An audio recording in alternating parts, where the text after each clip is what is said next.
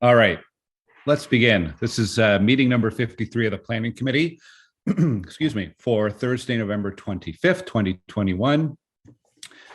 We acknowledge that Ottawa is located on unceded territory of the Algonquin Anishinaabe Nation, whose culture and presence have nurtured and continue to nurture this land.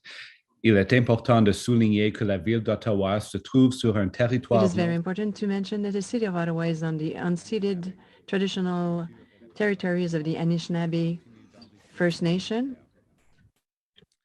This is a public meeting to consider the proposed comprehensive official plan and zoning bylaw amendments listed as items 1, 3, 4, and 5 on today's agenda.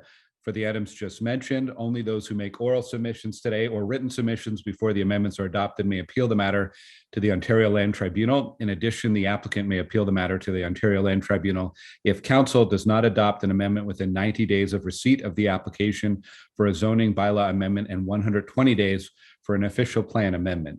To submit written comments on these amendments prior to their consideration by City Council on December 8, 2021, please email or call the committee or council coordinator. I know we have a request from Councillor Hubley. Eric, can you do a roll call, please? Councillor Dudas. I'm here. Councillor Tierney.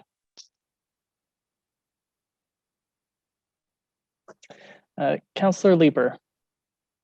Good morning. Councillor Brackington. Here. Councillor Menard. Present. Councillor Cloutier. Present. Councillor Kitts. Here. Councillor Hubley. Chair Moffat. Here. Chair Gower. Here. You have quorum, Chair. Thank you. Okay. Are there any declarations of interest this morning? I'm seeing none. Confirmation of minutes for the meeting number 52 on November 8th, 2021. Are the minutes received? Received. Thank you. Okay, we're going to go through each of the items on the agenda. There are delegations for most of these. So any items where there are delegations, public delegations, we will hold the items, or if there are questions for staff, we'll hold the items. So I'll go through each one. The first item is an official plan amendment and zoning bylaw amendment for 1560 Scott Street in Kitchissippi. This was deferred from our last planning committee meeting. We have a public delegation, so we'll hold this one. The second item is the 2022 draft operating and capital budget for planning committee. We also have delegations for this, so we'll hold it. Item number 3 is Bank Street and the Glebe Height and Character Study and Secondary Plan. There are delegations, so we will hold this one. Item number 4 is zoning bylaw amendment for 1368 Labrie Avenue in Beacon Hill, Searville. There are no public delegations registered for this one. The applicant is available to answer questions. Are there any questions from councillors for staff or the applicant on this item? So I'll ask the applicant. We have Pamela White from Parsons and Karina Guzman from Creative Dev Ventures. If the committee is prepared to carry this, do you wish to speak on this item? It's coming online now, Chair. Thank you.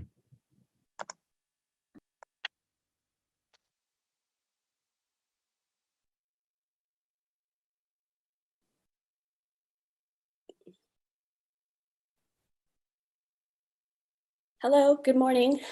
Good morning. Morning.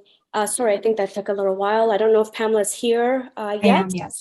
Yeah, perfect. Hi, Pamela. Yes, thank you. Yes, thank you. Sorry, go ahead, Pamela. Thank you, Chair. Yeah, we're prepared. We don't need to speak if the committee pleases doesn't have any questions. Okay, thank you. So on the zoning bylaw amendment for 1368 Labrie Avenue, are the report recommendations carried? Carried. Carried. Okay. Thank you, Chair. Thank you. Item number 5 is a zoning bylaw amendment for 2605 10th Line Road in Cumberland. There is a delegation registered, so we'll hold item number 5 as well. And item number 6 is a status update, Planning Committee inquiries and motions for the period ending November 12th, 2021. Can we carry that one? Carried. Carried. Thank you. Okay, we'll go back to the beginning. Back to the beginning. So the first one, as I mentioned, was deferred from our last planning committee meeting. It's in Kitchissippi Ward, and it's a official plan amendment and zoning bylaw amendment for 1560 Scott Street.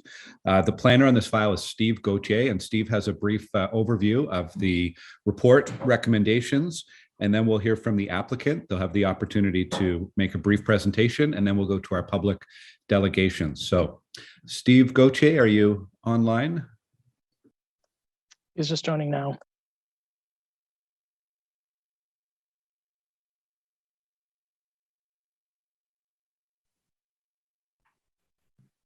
Good morning, Steve. Good morning.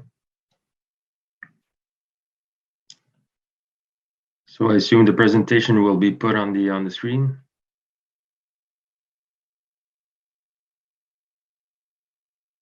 We're seeing it now. Yeah. Perfect. So the property is located at 1560 Scott Street. Although the address is on Scott Street, the property is located at the southeast of the Allen Cross property. So could I see the next slide, please? So as you can see here, it fronts Hamilton Avenue, where it intersects with Bowman Street. Can I see the next slide, please? Okay, so the staff recommendation for this OPA is to allow the construction of a 25-story mixed-use building containing 281 units. Can I get the next slide?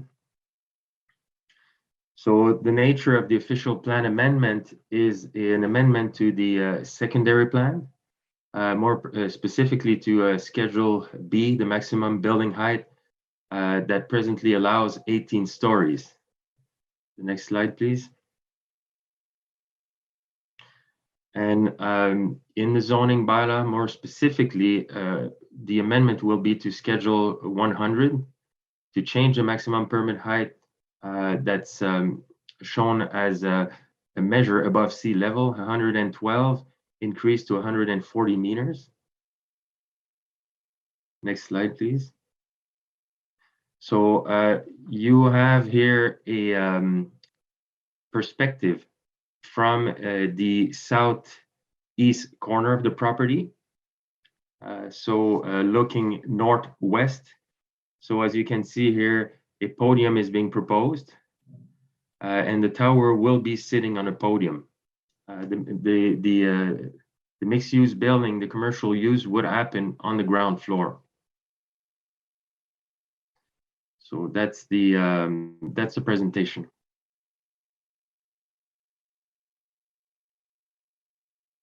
Okay, thank you, Steve. So we'll come back to staff for questions after our public delegations. For the applicant, we have Nancy Milosh from Stantec and Robert Matthews from N45 Architecture, and they'll have the opportunity now to make a brief presentation for the committee.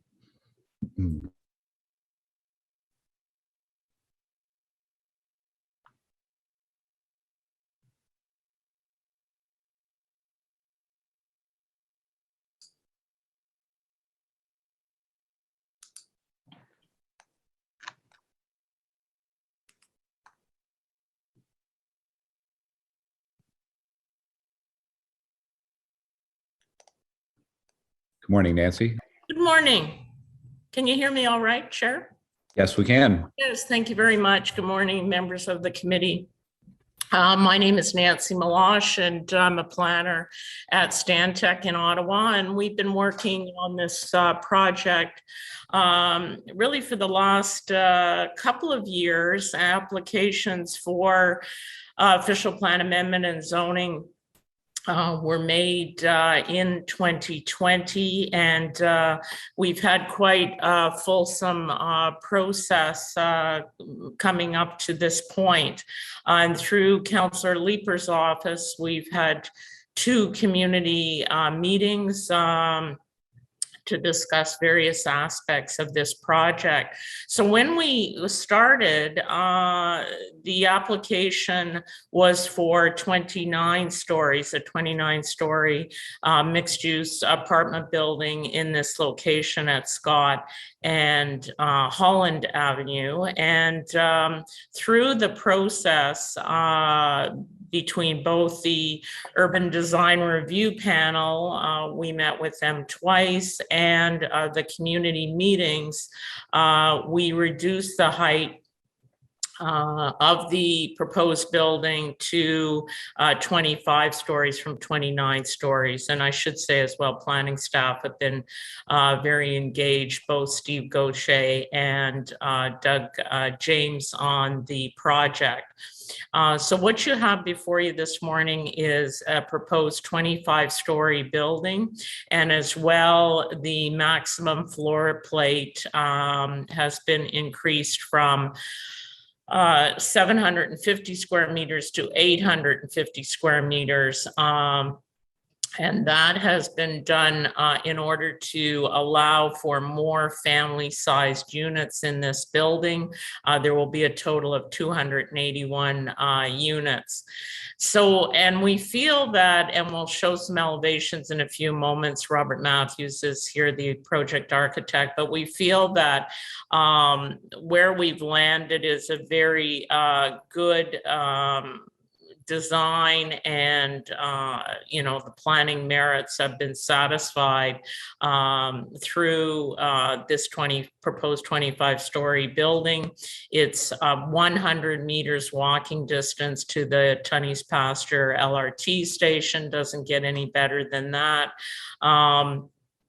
In our opinion, the proposed amendment is consistent with both the current official plan, which is mixed use, and now the new official plan, which would designate this property, Holland Cross, as a hub, and as such would encourage higher density in areas that support the LRT. So one of the discussion points we had was with the residents immediately to the south of this site. This site is located really at the confluence of Hamilton, Scott, and then Holland, just slightly to the west. And there are a row of townhouses that are located just to the south of this proposed building. So Councillor Leeper organized a meeting with the immediate townhouse residents to the south, and we've talked to them about their concerns, and we've been able to move the building separation between the townhouses and the podium and now tower that would be proposed. That setback is now 20 meters with a further 3 meters to the tower itself. So a pretty generous setback to the townhouses to the south. There would be no shadow cast because of course the shadow is going to fall to the north, so would not affect these townhouse units. And as well, there's going to be a significant upgrade to the east-west pedestrian connection. Thank you, Eric, and I'll just turn it over to Robert. Thank you very much. Can you hear me? Yep. Yes. Yeah. So if we could have the slideshow, please.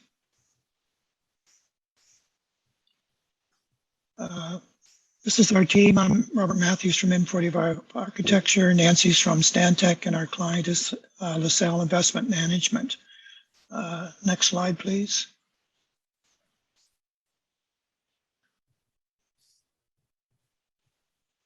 This is the proposed site plan. I want to point out to you that we have Holland to the west, Scott to the north, as Nancy's referring to, and to the right-hand side is Hamilton and Bowman. The tower sits in the southeast corner in the beige. In 2013, we had site plan approval for a 12-story, 200,000 square foot office building on the same location. At that time, our setback for the office building, which was approved, was the 10 meters, which is approximately just below the word setback on the south, and running up to the east boundary on the right-hand side, in line with what is the current proposed tower. So the tower footprint is actually significantly smaller. As Nancy mentioned, in our discussions with both the URDP and the planners, we've pulled the tower back to 20 meters at the podium level, which keeps the same width to the mid-block connection, or the pedestrian mall is shown here as exists. And to this, we've actually, on the ground floor, set back the ground floor from the face of the building, so there's a covered walkway along from east to west along the south side of the building. The other improvements that we've made over the existing condition is that we've increased the landscaping along Hamilton. We've introduced and redesigned the barrier-free access, so we meet the City of Ottawa's accessibility standards. We have added additional landscaping there and on the podium and along Hamilton. And what doesn't exist today is any landscaping in the shipping receiving, which is from the north of the building up to the brewer's retail. So that white area in there currently is all asphalt. There are 4 shipping bays to the retail component and 1 or 2 to the brewer's retail. We have eliminated 2 of the shipping and receiving to the retail component, screened the remainder with a solid masonry wall and a decorative metal gate, and we're reintroducing as much landscaping as we can put on the north side of the building to help soften the shipping receiving area and provide more interest and visibility from Bowman Street as you travel west on Bowman. Robert, yes, we've allotted 5 minutes for your presentation. You have gone over that. I'll give you maybe 30 or 40 seconds just to wrap up if there's any key points, and then we'll move on. Just put up the elevation. Great. Next slide, please. So this is the elevation that we proposed and that Steve talked about. So I do want to point out here that the bottom left-hand corner of the podium, we have pared that back into terrace to help reduce the impact on that corner towards the townhouses, which you see to the left. And we have also shaped the building as a kind of a football shape, which helps reduce the bulk of the building in 3 dimensions as you look towards the building. And the final slide, please. This slide shows the office building that was originally proposed in scale. It shows the sight lines from the townhouse, if you're inside the townhouse, to the property. So you can see that the office building blocked the sight lines, and the tower, which is dotted in, is no different really, whether it's 18 stories or 25 stories. And that's it. Thank you very much. Okay. Thank you, Robert. Thank you, Nancy. We'll move to our public delegations now. We have 2 delegations registered, Heather Smith and Laureen Reed. First up is Heather Smith. Thank you. Thank you for the opportunity to speak and present my personal perspective on the amendments to the official plan and zoning for 1560 Scott Street. I've made a presentation to the Planning Committee before, and it was during the Scott Street Secondary Plan Community Design Plan process. I thought it would be a legally binding document. Clearly, I was wrong, and it's not even 10 years. Who am I? I'm a Holland Station property owner, easy for you to objectify as one of the unfortunate property owners impacted by your approvals. I'm also a senior in her 70s, born and raised in Ottawa. I've signed nomination papers, donated campaign funds, put up and taken down election signs, and voted for you. I've cleaned up the beach shoreline each year, kept the stormwater drills on my street cleared, and offered up my opinions on a multitude of city services when asked. I have paid my taxes for decades. I am your neighbor, and I'm talking to you about trust. I'm one of hundreds, probably thousands of your constituents that you have sucked in as volunteers to donate hundreds and hundreds of hours working on plans we thought would be legally binding. What does it mean when you betray our trust? The short list is that betrayal leads to cynicism, lack of civic engagement, disenfranchisement, poorer and more divisive political discourse. It's less than 10 years since we worked on the secondary plan, community design plan, and we all thought it would be a legally binding document. I don't want to detract from the simple message of betrayal of trust, but my written presentation that you have refers to the location not on Scott Street. It's 1 block from Parkdale and 2 blocks from Holland, not adjacent to Holland, despite the addresses of those buildings. And I was glad to see that the planner actually mentioned that. I'll just conclude by saying that in my neighborhood, I am always, always, always walking past Committee of Adjustment signs. And there is a note on them encouraging me to tell to the planning department what I think. Truthfully, now, every time I see one of those signs, I think to myself, why on earth would I bother? Thank you. Thank you, Heather, for your presentation. Councillor Leeper has a question for you. Thank you very much, Heather. And certainly I understand your discomfort with the proposal.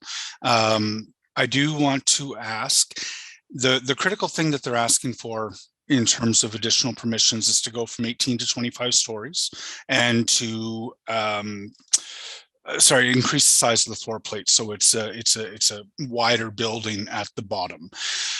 What is, in your view, the impact that change from what they're allowed would have?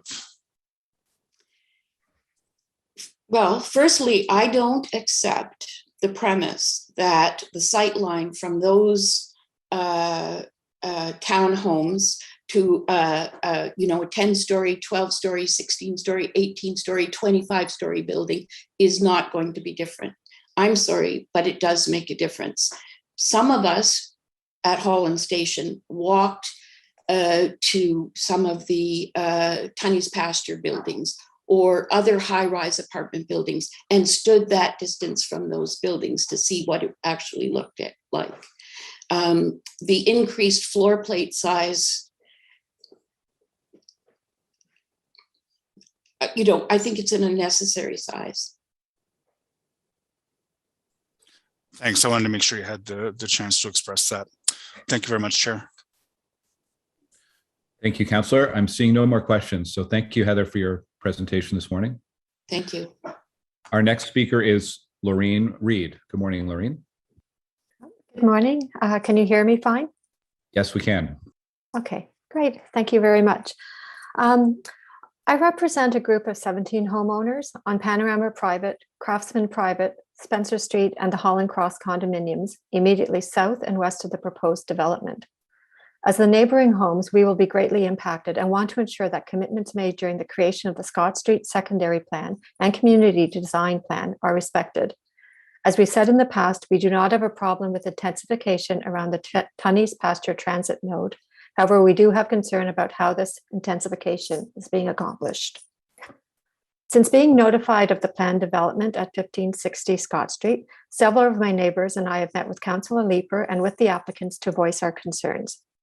Our concerns are the continuous disregard of previously negotiated and approved secondary plans and CDPs, height and proximity of the proposed development to the property lines for the townhomes on the north side of Panorama Private, and to the townhome and condo complexes in general, and consequent infringements on our privacy, increased traffic and location of parking garage entrances and exits, location of services and utilities entrances, light pollution and noise from the planned group ground floor party community room, landscaping of the plaza, and the general architecture of the building that is another rectangular building with no visual interest.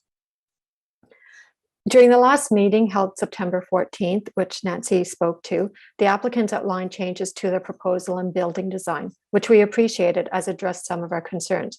However, the application on file is still for a 29-story tower, though we were told today and during the meeting that it was being reduced to 25 stories, which is still above the approved zoning of 18 stories. And we still have key issues that we would like to raise again to this committee. The first issue is related to the disregard for the secondary plan and CDP.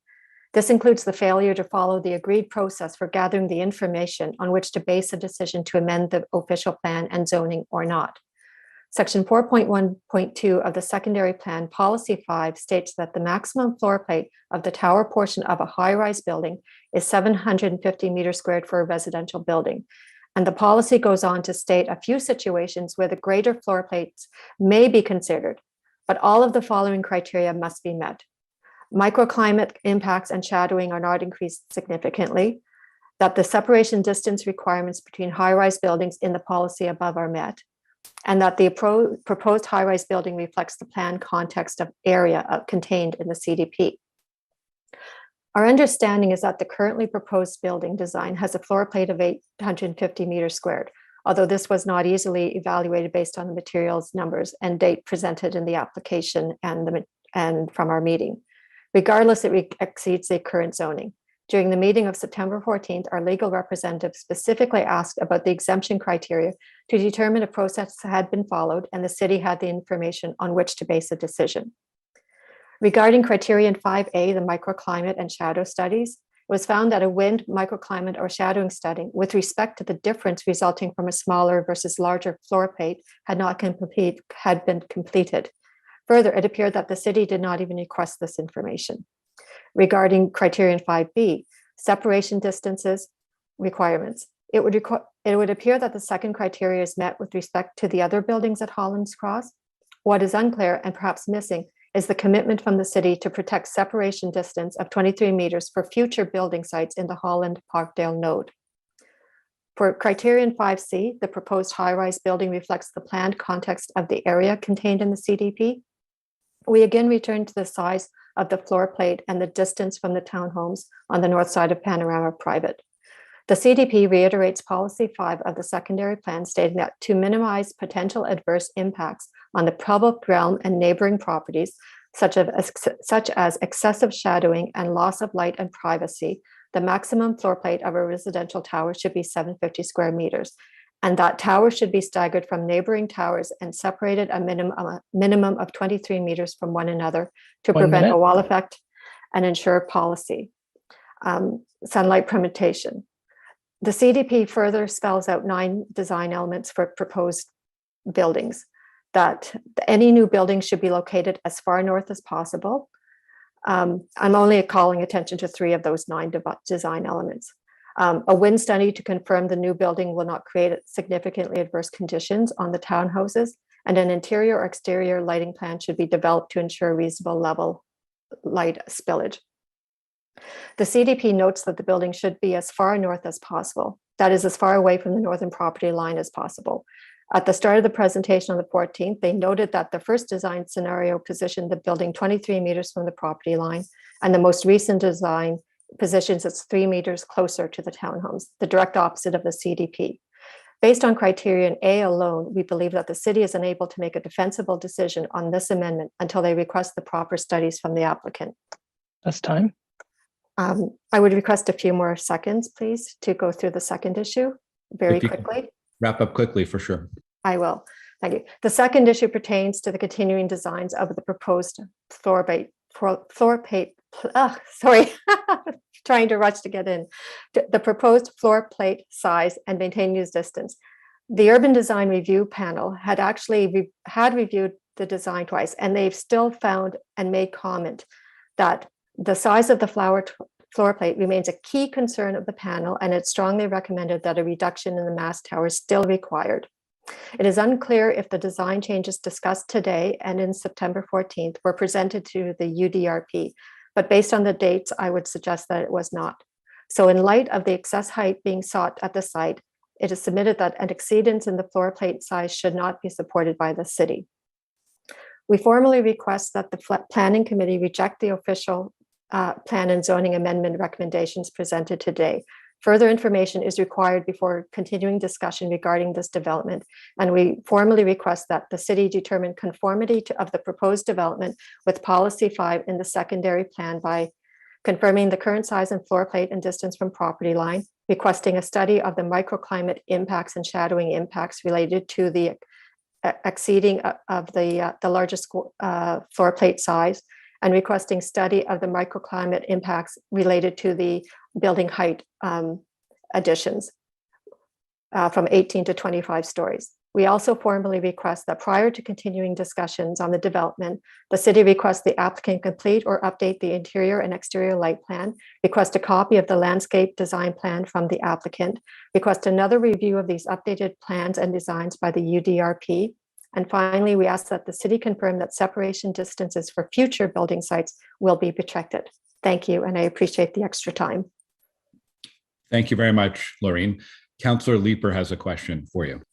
Yes. More of a comment, but thank you very much, Laureen. And obviously, I do recognize the impact that this will have on the townhomes that are immediately adjacent. Some of the considerations that you've raised are going to be continued discussions as we move through the site plan. And you've got my commitment to continue working with you through that as well. Thanks for the presentation. Thanks, Chair. Okay, thank you. I'm seeing no further questions for Laureen. Thank you, Laureen, for being with us today. We're going to go back now to the applicant. And if any councillors have questions for Nancy or for Robert, this is the time. And then after that, we'll go to staff for questions to staff. Are there any questions for the applicant? Councillor Leeper.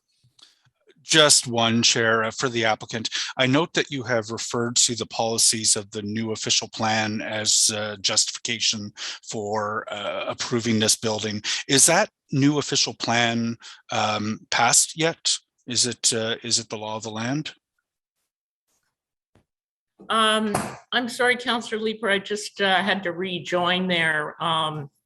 I missed a portion of your question. Sorry. No worries. I note that in your presentation you spoke to the policies of the new official plan as supporting your rationale for approval of this building. I just wanted to check: is the new official plan passed yet?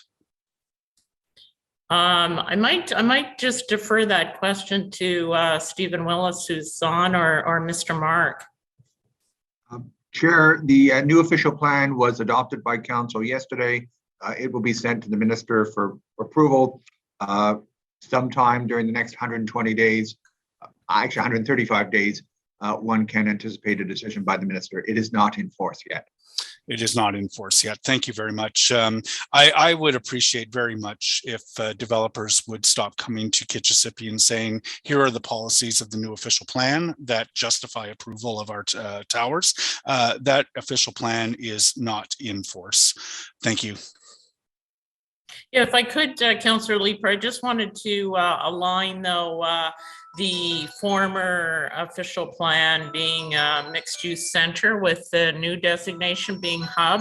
And certainly, as Mr. Gauthier notes in his planning report, the hubs are in areas planned or on existing rapid transit stations.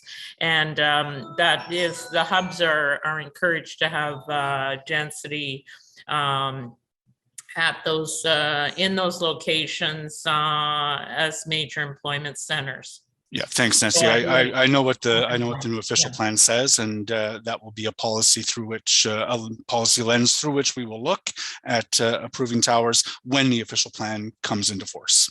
Thank you. Okay. We have another question from Councillor Menard.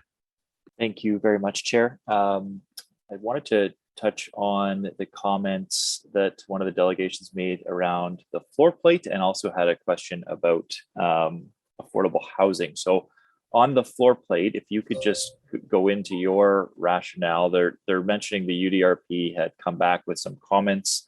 Did you resubmit that and have some changes that UDRP didn't see? And then on affordable housing, if you can just go in, I understand this is close proximity to major transit hub. Under new policies, eventually there's supposed to be mandatory affordable housing.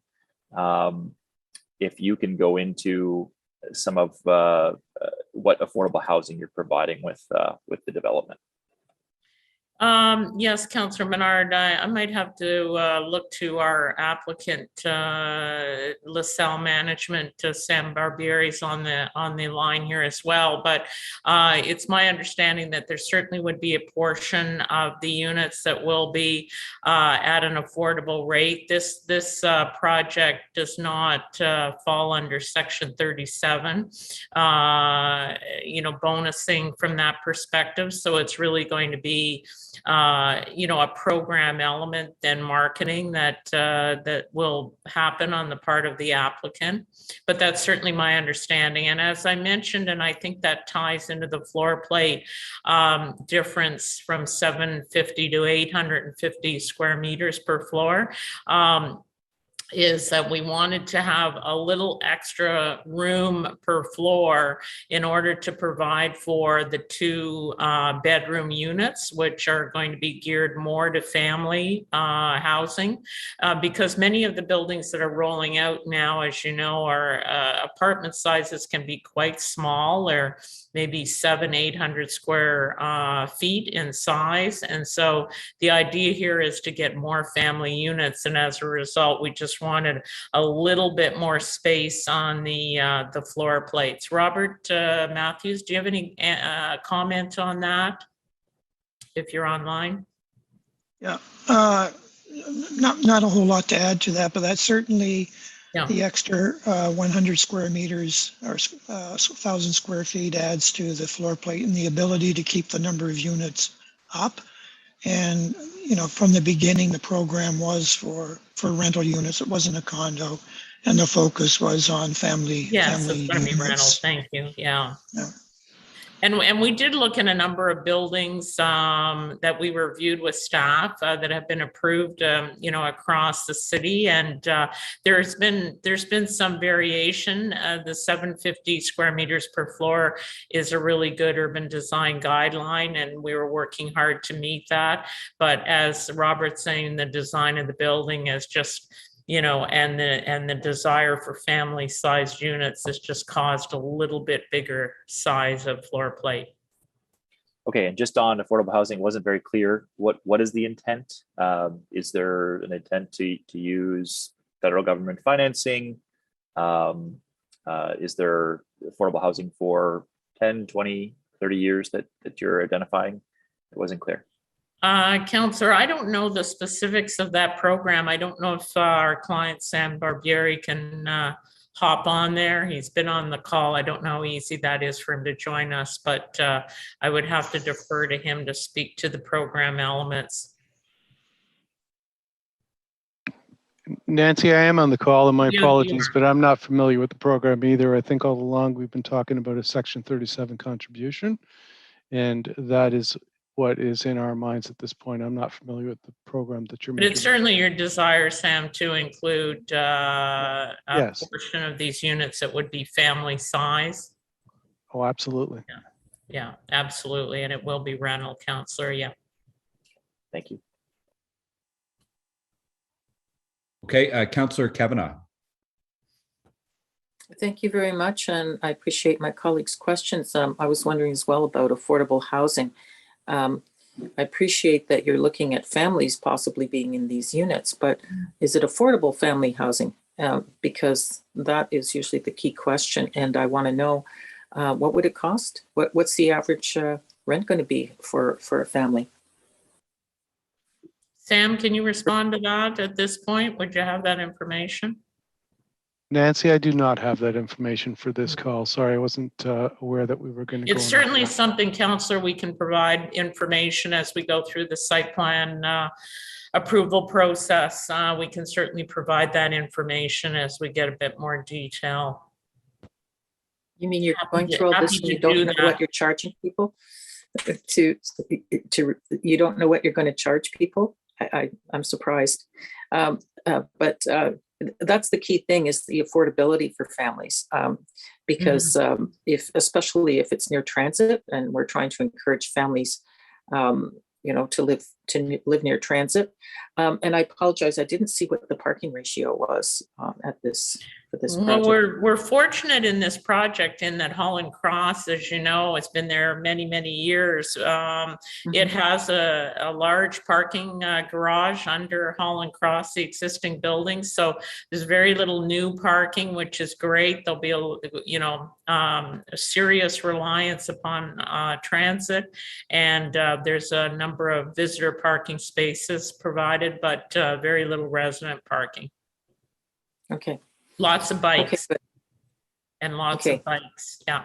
Okay, but I think it is important to know what affordability it is for families. I because agree, Councillor, and we'll roll that out with Councillor Leeper as part of the site plan. We will get that And information. that is a function of market rents. So we have done a pro forma with respect to market rents, and usually affordable housing is a discount from market. So we do know what rents we have pro forma here. And I think that'll be a function of the rents that are prevailing at that time when the building is constructed. So that has been taken into account, but we can provide you with further detail. I think that would be good to know. Thank you. Thank you. Thank you. Okay, I'm seeing no further questions for the applicant team, so thank you for answering the questions. We'll go now to questions for staff. Are there any questions for staff? Councillor Menard. Thanks very much, Chair. Just very quickly, following up on the affordable housing piece. Two things I wanted to mention. One is we're seeing a lot of developments close to transit stations. This is 100 meters within a major transit hub. We don't have inclusionary zoning as a policy as it stands. And we are continuing to approve projects, though, right nearby major transit hubs. So I guess the first portion of that is, when do we expect that policy to come into place? I know we approved the official plan. It's going through with the motions. I know we've got the zoning bylaw, but I expect the inclusionary zoning to come much before the zoning bylaw update. That's what I have heard. And then the second portion of the question is around the way we do this, because in some cases, I'm asking developers to fund affordable housing that would be public housing in the future. So OCH, publicly funded housing opportunities, which I think are much better because they're there in perpetuity. You're not always seeing a 10-year what classified as affordable, but when it's actually not. So my question is really to you is how we evolve here, because we're continuing to miss opportunities. We have a huge affordable housing need here, and we're missing them over and over again with these developments that come in right beside transit stations and not contribute to affordable housing. So, Chair, I'll take a shot at answering this question for staff, and Said's on the line. He can back up if there's more that he'd like to add that I haven't. I actually reviewed a briefing memo last night on the inclusionary zoning proposals, and their release for public consultation is imminent. So we just have to go through a couple more weeks of internal reviews, but the expectation is very shortly we will put our proposals on the street for public consultation. We still have a considerable process to go through with that consultation, refinement of the proposals, and bringing a bylaw back to council, because it's a zoning amendment like any other zoning amendment when we bring it forward. So it has to go through a full public process. But we understand the importance of this issue. And as I said, as Said can add to what I've said, it's very shortly we'll release what we're proposing. Thank you, Steve and Mr. Chair. We've pretty much completed the background study, and I think as Steve Willis has alluded to, we will be releasing that publicly and going through the process to introduce the concept of inclusionary zoning before the holidays to council and some key stakeholders, and then more publicly in January of next year. So that's where we're at with the inclusionary zoning. With respect to other types of affordable housing, we don't have a policy framework, and generally speaking, under the Planning Act, it's very difficult or it's impossible for us to require affordable housing in many locations. We are looking at some carrots, though, within the Housing Services work plan. We want to introduce a community improvement plan early next year that will provide incentives for developers to provide affordable housing in any development in the urban area. So that is something that we are currently working on. But other than that, our tools are limited right now under the Planning Act. Yeah, because that's the big thing. I mean, Section 37 is what it is. You get it when you get it, but oftentimes, here you're not going to see that. And then, your tools to actually get, funding for affordable housing that the city can then build is really what I'm interested in. Is how do we get to that point? What needs to change at the provincial level for us to get to that point? If that is the case, what other tools can we use besides, because sometimes negotiation helps directly with developer teams, but there is a real need here, and I think that's really our ticket. Inclusionary zoning will be a tool, but it'll just one drop in the bucket. It's not going to solve the problems we're having, but building publicly funded affordable housing will. So that's what I'm really interested in, Syed, is we can chat about that some more. I've talked to Mr. Willis about it as well, and I would love to continue those discussions here, because we need more tools for that type of publicly owned housing. And we're missing out on opportunities as it stands, in my view. So appreciate all of these answers. Thank you. Thanks, Councillor. It's a good point to raise. Councillor Kavanagh. Well, thank you. Just following up, I appreciate the comments.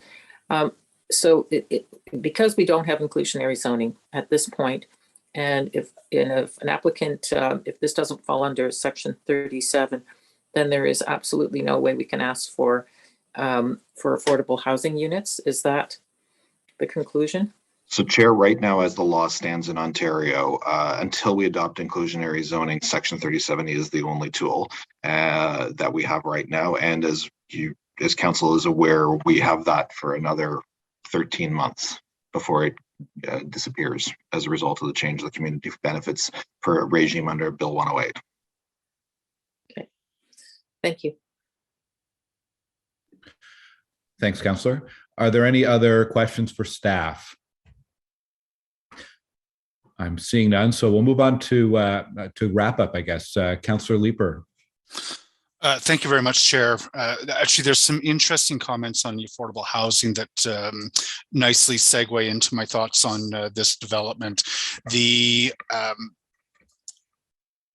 housing folks have been talking to me as we go through sort of tower after tower in Kitchissippi about using the funds from Section 37 going into the ward's affordable housing fund as a more productive way of ensuring that we can get deeply affordable housing.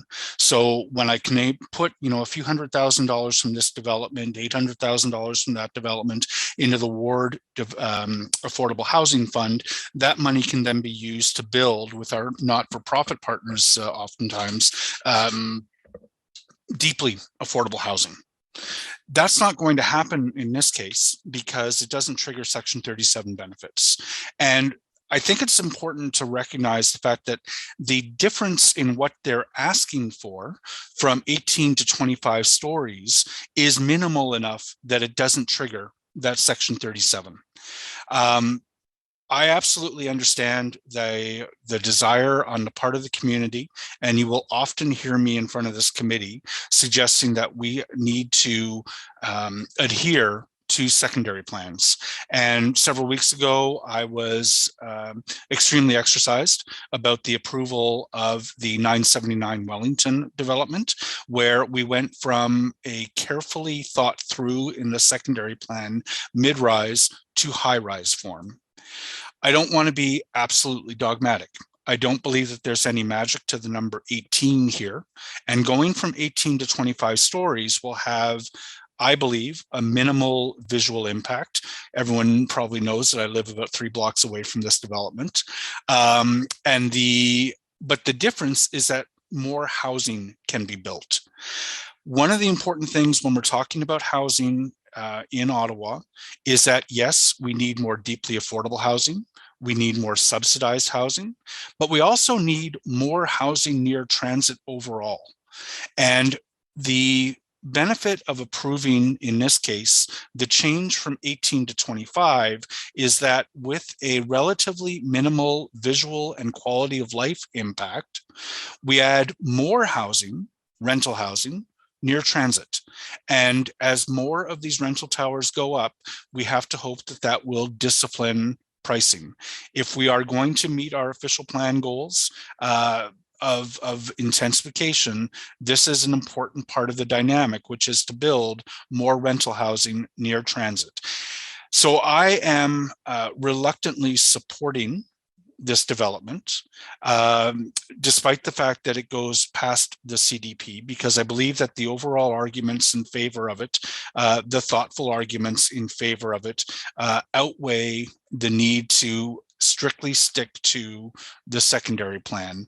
The 18-story limit in this secondary plan in this node is not the same kind of discussion as keeping the height limited to a mid-rise in other parts. And so I am in support, because I believe that we do need to build this additional housing near transit, and that the impact on quality of life from going from 18 to 25 is relatively minimal, as I think is borne out by the fact that it doesn't even trigger new Section 37 benefits. I'll leave it there. Thanks, colleagues. Thanks, Councillor Leeper. Councillor Brockington. Thanks, Chair. I think Councillor Leeper, articulated exactly how I feel.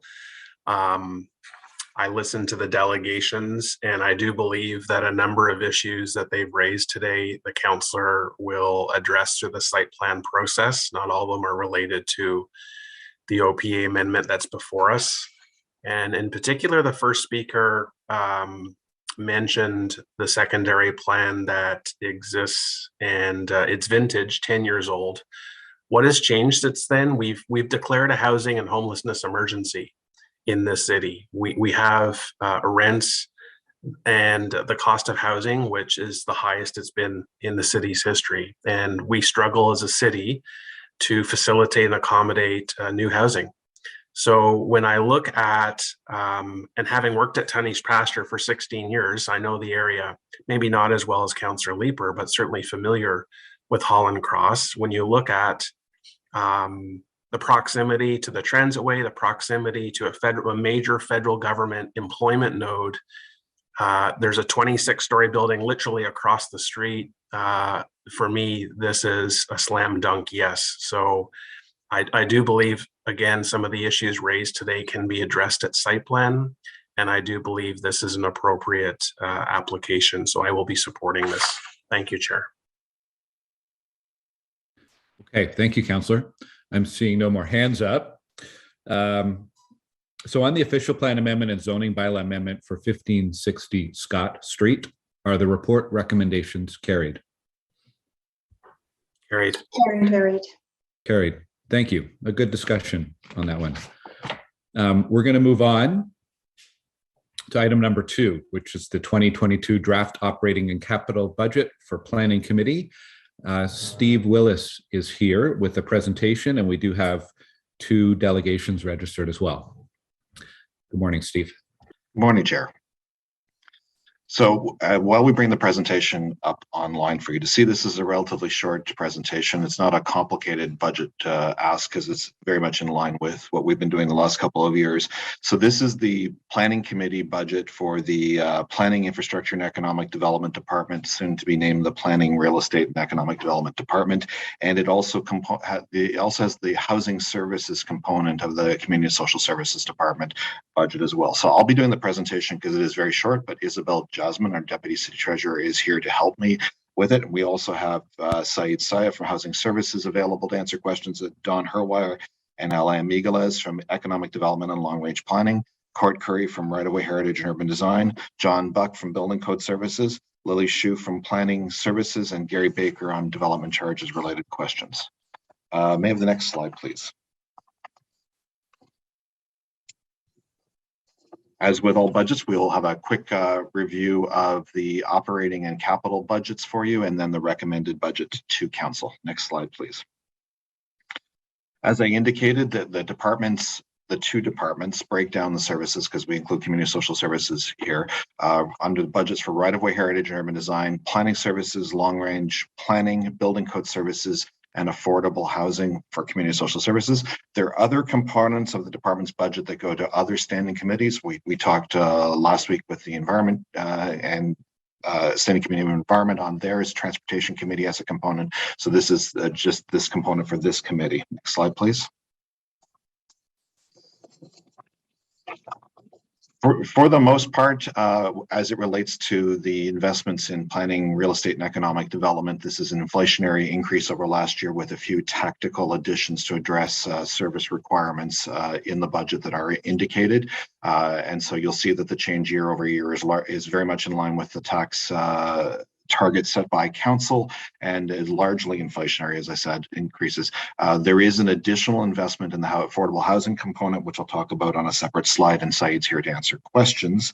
So we have additional requests for one-time funding for a temporary position to oversee the development of updated heritage conservation district plans required to meet the requirements of the new provincial legislation. This is an urgent need, and it affects our oldest heritage conservation districts that need to be updated to meet the requirements of the newest legislation.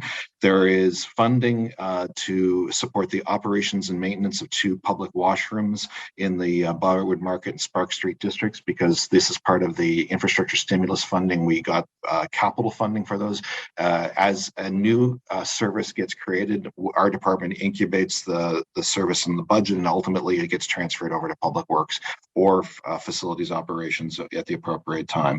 There is a one-time funding requirement to support our economic recovery and implementation of the governance changes for the Briarwood Market and the Briarwood Market Public Realm Plan. So that's a special initiative that continues for 1 year.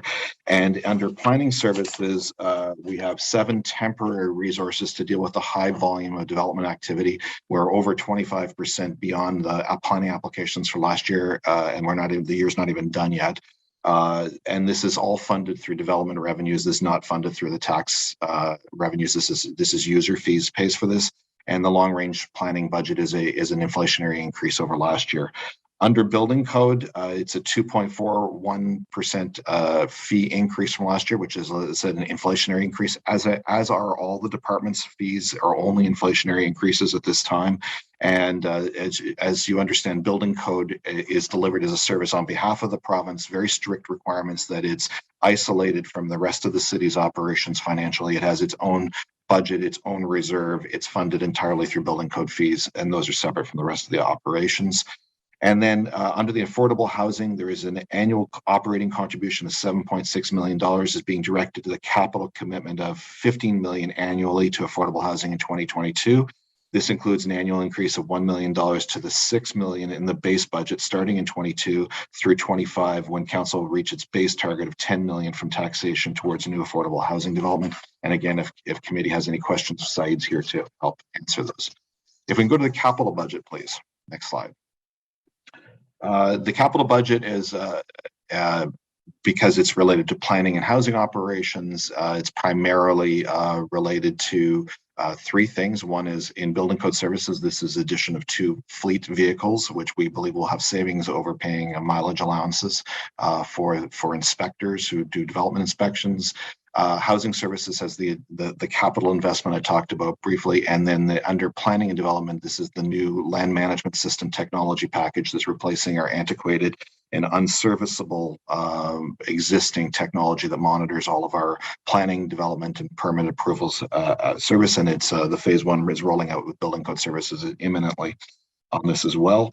There is also a component in the planning and development fees, which is the money coming for the zoning bylaw rewrite, which is considered a capital project, which council committee previously approved the work plan for this as well in the last committee meeting.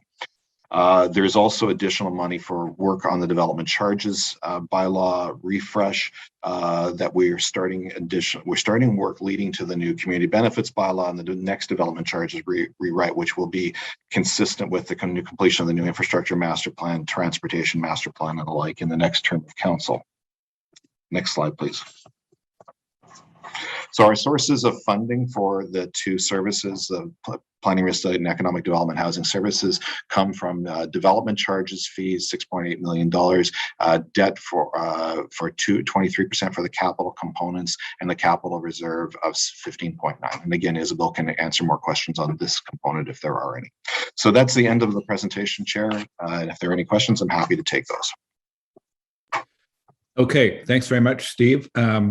Sit tight for now because we're going to go to delegations first, and then we'll come back to staff to answer any questions from the committee. We have two delegations. We have Katie Burkholder-Harris from the Alliance to End Homelessness and Cheryl Parrott from the Hintonburg Community Association. So we'll begin with Kate Burkholder-Harris. Good morning. Good morning. Thank you, Mr. Chair and members of the committee. I'm the Executive Director of the Ottawa Alliance to End Homelessness, an organization representing almost 70 agencies that are working to prevent, reduce, and end homelessness in Ottawa. In the past year, Ottawa's housing prices have increased by 25 to 30%, as many of you were speaking about earlier. Housing has become an investment, a commodity to build wealth. We have a housing market that incentivizes speculation, leading more and more people who rent vulnerable to losing their home. Housing is not being treated as a basic human right, nor a fundamental tool to build a vibrant city. The people who work here are increasingly unable to live here. All of this only serves to exacerbate the housing and homelessness crisis declared by Council almost 2 years ago. Sadly, with the onset of the pandemic and a housing market out of control, the housing crisis has only gotten worse. We lose 7 affordable units in the private market for every 1 affordable unit built in Ottawa. We're losing ground. This is not limited to the inner core of our city. I get just as many calls from people living in the suburbs, Orleans, Canada, about to be evicted and unable to find anything affordable, as I do from people in the core. Community partners are reporting more and more instances of housing loss and homelessness in the suburbs as well. This is a city-wide challenge that we're facing. A critical tool to tackle the housing and homelessness crisis is the development of more nonprofit housing, public housing. It's clear that we need housing supply not susceptible to the increasingly speculative market. Maintaining and increasing a strong nonprofit housing supply is critical to restoring balance within our local overall housing market. I commend past investments by the city of $15 million in consistent capital funding for affordable housing. And I also urge you to consider an increase of funding in the 2022 budget to $38.5 million, reserved solely for nonprofit housing. As you know, that number is what we currently spend on emergency shelters every year. If we want to turn this crisis around, we need to invest the same, if not more, in the long-term solutions to housing loss. We do this knowing that over time, the need for emergency support does decrease as affordable housing increases. Every emergency shelter already provides affordable supportive housing, and they are working hard to make this transition themselves from emergency supports to long-term solutions. But the nonprofit sector needs your help to do this. We need to create more opportunities for shelters and other nonprofits to build long-term housing solutions. The potential for cost savings by investing in the creation of more nonprofit housing is significant. Ottawa Police Service's own data tells us that $25 million is spent every year for just homelessness-related policing calls. Using a housing-first approach, Alberta's 7 major cities saw reductions in police interactions by 25% and EMS interactions by 46%. The Canadian At-Home Chez Soi project, the largest study on housing first in the world, determined that for every $10 invested in a housing intervention, over $21 was saved. In other words, investment in housing can equate to a 200% return on investment for taxpayers through cost savings. The recent decision to reduce the increase to this year's police budget and increase investment in community services is a positive step in this direction. However, there is more room for reallocating resources to permanent solutions rather than crisis management. An increase in this budget to $38.5 million in capital funding for nonprofit housing is more than simply the creation of more affordable housing. It signals a change in thinking, a recognition that we must invest in permanent solutions rather than maintaining a crisis. Communities are seeing reductions in homelessness around the world. The most inspiring example is Finland. The country is extremely close to eradicating homelessness entirely. In a little over a decade, the country has taken a 180-degree turn and gone from funding crisis responses to homelessness to an entirely housing-focused strategy through mass expansion of nonprofit housing.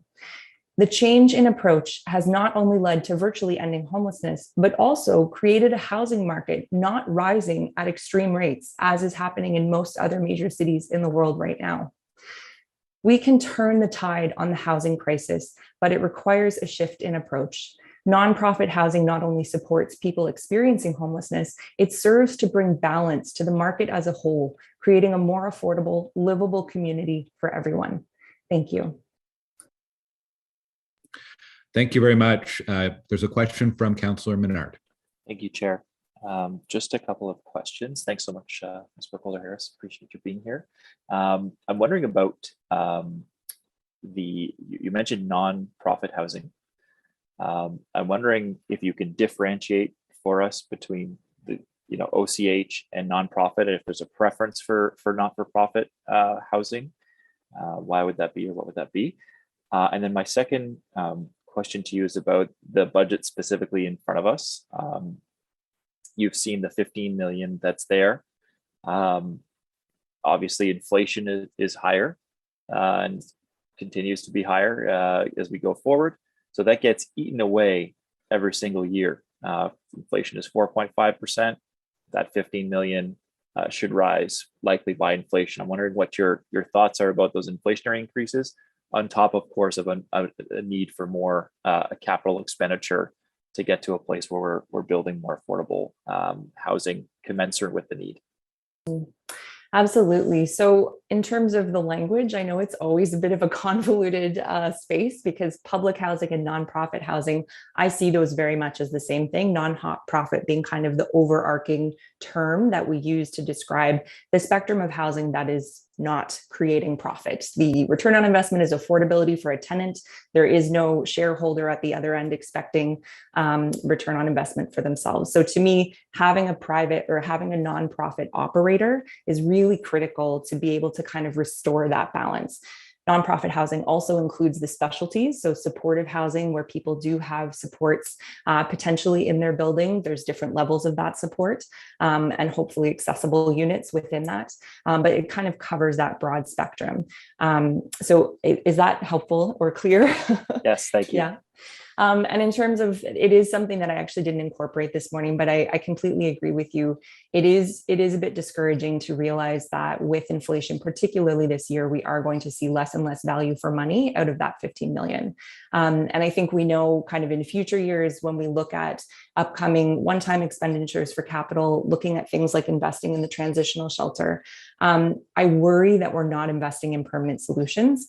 And I think that for this year in particular, minimally, we should be keeping up with inflation, but I really encourage us to be more bold. We have an opportunity to set a tone and to address the crisis that this is not about homelessness alone. Homelessness is just sort of the end of the line, but increasingly it is middle income people who cannot afford to live in this market. And when we lose people in our community because they can't live here, they leave. We lose talent. We lose people being able to invest in the local economy because they're paying 70% of their income on housing.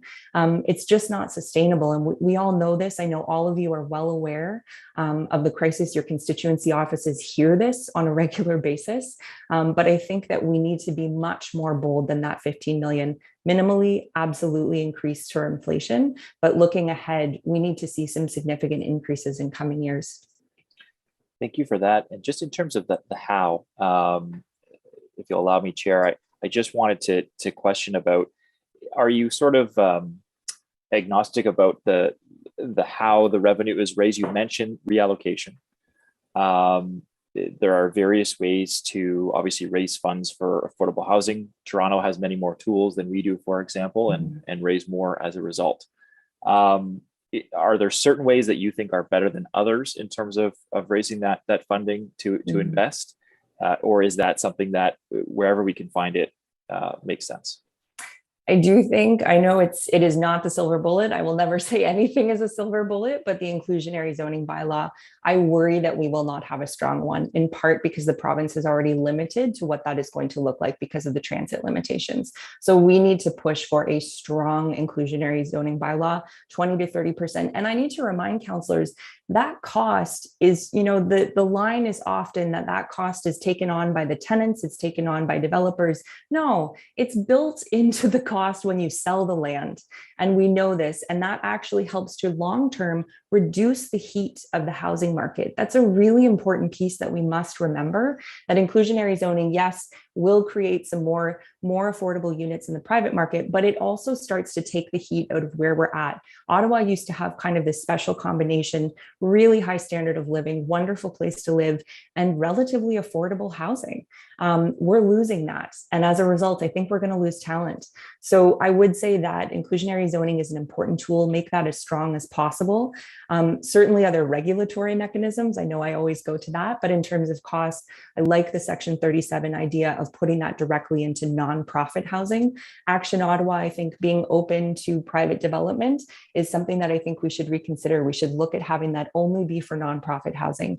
And when I say this, obviously private developers will build, but then to turn it over to a nonprofit to operate, I think is really critical to make this the most effective mechanism. Thank you very much, Chair. Thank you. Councillor Fleury. Thank you, Mr. Chair, and good morning, Katie. I have two questions, and they're really, to me, focused on, I understand where we're at in the city. I understand the work that you're doing and other providers, and thank you for your response there and clarification that public housing, non-for-profit housing, ultimately we're all in the same boat of scale, increasing scale and making that as turnkey as possible to increase the availability and stock. I'm curious, as you know, in the 2022 work plan, the housing branch does have the work to advance in relations to head leases. And if, as we're looking at the budget, are there elements that to you will need to be funded through head leases that are not included, or are you, if you don't have the answer, it's something I'll certainly ask staff, but I'm looking maybe for clarity in terms of other jurisdictions, the types of programs that needed to be attached to head lease to make them successful. Yeah, absolutely. So there's kind of three models of head leases, and one of them would pertain, or two of them would pertain to capital. The one that's been done in London, Ontario, was actually the City of London taking on a head lease and buying outright a number of buildings and units that they could then have as an ongoing master lease. A tenant would move in who had a lower income, and people could move in and out basically, and you wouldn't lose the unit. So that loss of private market affordable wasn't happening as soon as there was a vacancy, when there can often be a rent hike. The other version, CMHA, also does this locally. They just had a great toolkit come out, but it's specifically on their condo program, which is the same. So they buy the units outright, they operate them, and they have folks move in and out who need that housing. The other option, I think, and potentially one that may feel more reasonable as sort of a test run to look at in the city of Ottawa, would be the opportunity for a community nonprofit to be funded to rent the units, and then for that to become a way for them to hold the lease and the liability piece. A lot of community nonprofits across the country do this. There's some good examples out there. So we're actually hoping to present some of this information to staff, that we've done some sleuthing on that, and the Landlord Association is actually also interested in this and looking at what kind of partnership could develop.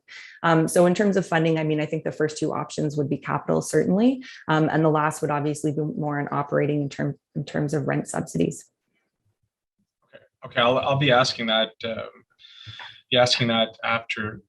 In terms of your reference, and I appreciate, I'm looking for a bit of clarity. So we had Tim Obrey's research, the Adon Chiswa research, back in 2014, and many around the table today might not know, but in Ottawa, it's quite costly to have someone homeless. I believe the stat in 2014 was something like 114,000 to keep someone homeless in Ottawa throughout the year. So when you start looking at what's rent, what's the cost of building new, what's the cost of stabilization, the economics come very quickly.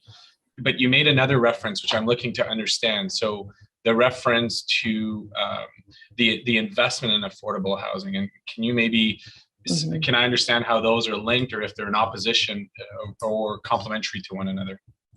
Yeah, so a housing first intervention, which did include RED subsidies, but my understanding it also included some folks moving into a nonprofit. It's literally like you put $10 into that kind of an investment and you receive 200, not 200, you receive $21 back in terms of cost savings. And I know that's complex in terms of cost savings, not always coming back in the same way. But I tried to focus too on the data that we have in other communities on specifically city funded services and how that could impact our overall budget. So again, I think the high end users who are using significant resources in the system, it's a relatively small percentage, but they eat up about 80% of the cost. And I think at Home Chez Soi showed that. Whereas the majority of folks who end up on the street, and again, there's so many opportunities for prevention in that group actually eats up a lot less cost. But if we could prevent them from entering the system in the first place, because there are more affordable housing options, and we've invested enough as a city in significant amounts of nonprofit, it really starts to change the game in their access to be able to find units, whether that be private market or nonprofit. I think the key is that capital investments in nonprofit really help to reduce sort of the level of heat, I keep calling it, of the housing market. Yeah, and I will be asking staff, thank you for that. I'll be asking staff again, what is our planned expense for motels, shelters, not source of funds, but expense for 2021, because like you just described, the amount that we spend on emergency operations is the amount we need to spend on capital. And I appreciate the Alliance being consistent and clear on that. So I'll be asking staff again on that. So thank you for your delegation today. Thank you. Thanks, Councillor Fleury. Councillor Kavanaugh. Thank you very much. Thank you, Katie, for your presentation. Today starts 16 days of activism against gender-based violence in the city. And we also know that it is a gender issue, affordable housing. And I just wanted your comments on that, because I'm hearing from shelters that they're quite full and turning people away. And it's more than homelessness. It's people who are fleeing violence. So I just wanted to get your comments on ways we should be tackling this. I think actually, and sorry, this isn't capital necessarily, but I think one of the first things is the data. Currently, our data for local homelessness numbers doesn't include the women's shelters or the violence against women's shelters, because that is provincially funded. But at the same time, those women are going to multiple different shelters doing what they need to do to survive. So it's really important for us to have a collective picture of how many people are actually hitting the shelter because of that, but then start to look upstream to the prevention pieces. Women may touch other parts of the system. Maybe they're calling 311, maybe they're hitting the hospitals, maybe people are going to a community health center. And those are kind of I would say almost like, do we have eyes in those parts of the system that know there is options for affordable housing? So certainly we know that one of the biggest reasons women don't leave is because they don't have a housing option. The financial barrier that they face in thinking about leaving a situation that is violent is so significant that they may not make that choice before it's too late. So I really appreciate you saying that. And also just the fact that we know homelessness looks quite different for women than it does for other populations. And so the experience of couch surfing, of survival sex, of having to stay in a place that is not safe is much more common for women, and women in terms of being potentially attacked or harassed when they are sleeping rough can be more significant as well. So I appreciate you drawing attention to it and that campaign that's begun, because it looks very different, but often I think our perspective is the face of homelessness is an older white man, and that's not actually the case. So making sure that we're paying attention to these other parts of the system, and from a capital perspective, understanding that the women's shelter system is predominantly transitional housing. How do we make sure we're offering long-term supportive housing that is safe for women is a really big piece of this puzzle as well. Thank you very, very much. I appreciate that. In terms of just overall in affordable housing, I appreciate your comments on nonprofit. When we have larger developments, we can negotiate affordable housing within buildings, large buildings. And I guess everything helps if you add it all up. But the nonprofit, but also I just want your comments on how it should be mixed housing as well, that we're not just creating blobs of just one group of nonprofit. It's what OCH did in the past, and we're moving forward. And I think I'm really excited about that. But I wanted to get your comments on that of the mixed housing formula. Absolutely. And ultimately, we want to build full communities, right? Where not everyone's in the same boat, whatever that boat happens to be. And so I'm really encouraged actually to see more and more OCH has shifted, and generally nonprofit housing providers are looking at this not only as a way to have more robust communities, but also as a way to make it work in the pro forma, to be able to have some other folks paying market rent. I think that's a really important tool, but even in that context, we know there's still going to need to be likely subsidies for those lower or deeply affordable units. So I think that's a piece. And another part to the mix is just ensuring that we have higher standards for accessible units. It's a huge shortage that we experience in the city, in many cities, and we really need to address that so that folks who are some of the most vulnerable have access to safe housing that they can use and live in and thrive. But absolutely, it is good to see that market, mixed market model has shifted, and that's where we are in terms of future housing that we're building is going to be framed around that model. And when you talk about nonprofit, is that co-ops as well? Because you don't hear too much about co-ops these days. But yeah, it absolutely includes co-ops. Again, like the bottom line is not to necessarily shareholders, but very much focused on people having a place to live. I appreciate it. Thanks very much, Katie. Thank you, Councillor. And thank you, Kate, for your presentation today. Thanks very much. Take care. Our next speaker is Cheryl Parrott. Good morning, Cheryl. Good morning. I had some slides that I sent in. If we could put that up, please. Perfect. Thank you. So good morning, councillors. The Hittenburg Community Association is very concerned that there's no proposed budget increase to hire more building code services staff. Enforcement is very much lacking, so please look at raising development fees to provide sufficient staffing for oversight. Next slide, please.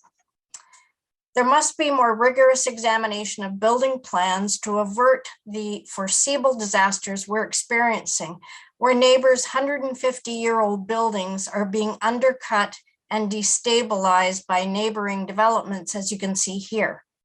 Next slide, please. This is the tenant entrance of a building beside a construction site that was undercut. Tenants were afraid for their safety accessing their apartment for months before this was backfilled. There must be more appropriate responses to neighbors' concerns that their building's foundation is being undercut. Next slide, please. This is the required shoring after about 2 months of intense pressure on city staff. You can see how close the new foundation is to the old building because we're in a part of the city where the lots are very small. Next slide, please. There must be adequate city response when a neighbor's property has been excavated without their permission. Next slide.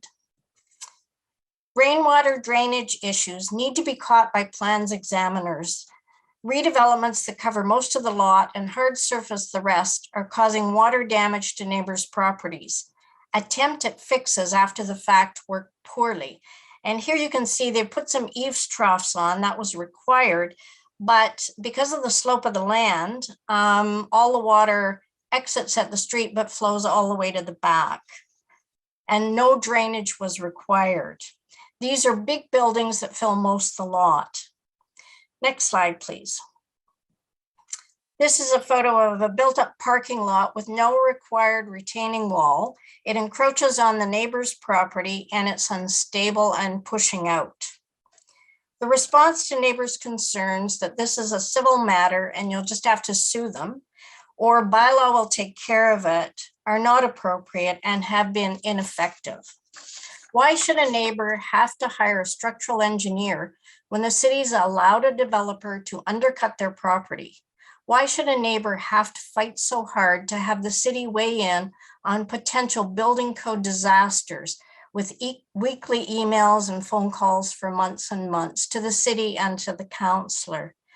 You do have some tools in your toolkit, and you must try to reduce the construction horrors that we're seeing. Right away, city staff acknowledge some of the building problems with the recent changes to the road activity bylaw, the fee structure, and the increase in 10 full-time equivalents, which councillors unanimously approved at Transportation Committee on November 1st. Many councillors acknowledge the issues of the huge problems of road encroachments, road cuts, pavement deterioration, and huge impacts on residents. The building code issues affecting neighbors are no less significant or important than the right-of-way issues. We ask you to do the same thing with building code services. Hire more staff to enforce the laws you have. We ask you to require an initial site visit before issuing a permit to understand the constraints, how close neighboring properties are, the slope of the land, and the clear issues with drainage. In the inner urban area where houses were built 150 years ago on small lots, many issues are clearly visible. An initial site visit by staff would help avert some of the disasters we're seeing. In our written submission, we've provided a number of suggestions that we believe would help to control some of the construction horrors we're experiencing. And we hope to work together to reduce your workload and make our lives less stressful when development happens and to prevent the foreseeable disasters we can anticipate. And I did have a response from Mr. Buck and Mr. Willis that they're willing to sit down and have a chat. And I've suggested we do a walkabout in the community to show them the issues we're experiencing. Thank you. Thank you, Cheryl, for your presentation. Councillor Leeper has a question. Thanks, Cheryl. And obviously I don't disagree with anything that you said. We spend hours and hours and hours trying to deal with these construction horror stories. You showed buildings on Lowry, on Ladouceur, on O'Meara, just in those slides there. I could also describe the homes in on Northwestern, on Roosevelt, on Eden and Westboro. The list just keeps going on. I did want to ask you, this is a budget meeting, obviously, at which we're talking about the budget.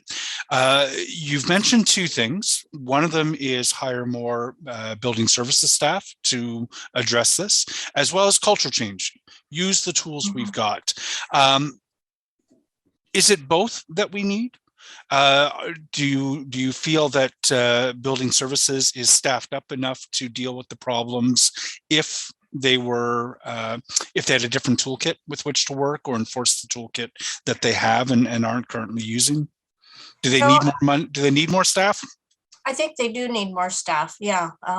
Because some of the inspectors don't have time, it seems, to get out of the car to actually look at what the issue is that people are concerned about. So I suspect that they've got too big a workload, and the whole fact that there's tons of building going on. Other departments, like the right-of-way department, is saying we can't keep up, and development industry is saying you're too slow. I believe there needs to be more building inspectors. And from what I can understand, this is sort of a cost recovery. So I would assume that there needs to be a fee increase. And my understanding also is that we may have the lowest fees, or some of the lower fees in the province, for building permits and all the other permits that are required. But clearly, yes, a culture change needs to happen, but I believe they need more staff so that they can actually look at this and get out beforehand to see.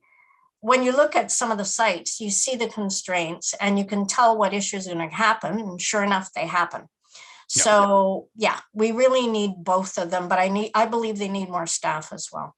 Yeah, I'm just wondering what you find. I mean, I can tell you what our experience in the office is, but what is your experience of response time, how long it takes to have this correspondence with building services staff? Very long. It's way too long. And so, problems that are happening at the time can't be caught. And then trying to resolve problems after the fact is very difficult and very time consuming. And the response time is very, very long.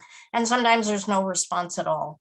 And that just is not appropriate. Then it has to escalate all the way up to you and to the top people in the department, which is a waste of time for everyone. Yeah. Fantastic. Cheryl, thank you very much. And I will be asking staff to talk about the resources they have with respect to these construction horror stories when it comes time. Thank you. Thank you. Councillor Brockington. Thanks, Chair. Thank you, Ms. Parrott, for your presentation. The "it's a civil matter" response drives me bonkers, because by the time a resident contacts my office, damage has already happened or is about to happen. And as you say, if the onus is on the neighbor to hire expensive professionals to ascertain that there is risk or danger and that they need to fight this out in court, to me is unacceptable. I was trying to choose the right word there. So like Councillor Leeper, I will have questions as well. I think if the city approves work, there's some onus on the city to make sure the work is completed properly and not as some of the examples you've shown us today. And regrettably, more of this is happening in Riverward, including one call this week in the Moffat Farm neighborhood. So I'll just park it there, but I hear you, it is an issue. And I want to have a better understanding from our general manager what exactly the responsibilities of the city are and how we can address this going forward. So thank you. Thank you. Okay, I'm seeing no more questions. I want to mention, Cheryl, I appreciate your the letter that you submitted to committee with some of the, you identified some of the specific issues, and something that I've been speaking with staff about, looking at requiring a construction management plan as one of the components of site plan approval to address some of these issues. And I think as we see more infill development and more development in existing neighborhoods, we need to do a better job as a city to be better coordinated between the builders and between city staff and city inspectors. And I think that better coordination could lead to some more efficiencies too, which would help better address issues before they become catastrophes. So thanks for your presentation today. Could I just put one comment back to your comment that, you know, the community knows some of the building issues in the community and can help staff figure it out. Hindenburg is on rock. Rock is just below the surface. So everything needs to be hole rammed. And if when they're, you know, a foot or right beside someone's foundation, require them to do the line drilling so that the rock breaks evenly. And those are simple fixes. It costs the developer a bit more, but make them do it. We beg, but we don't get any place. Absolutely. Yep. And I know Councillor Leeper often does pre-construction meetings for larger projects, which I think is another best practice that would be wise for many developers to adopt as well.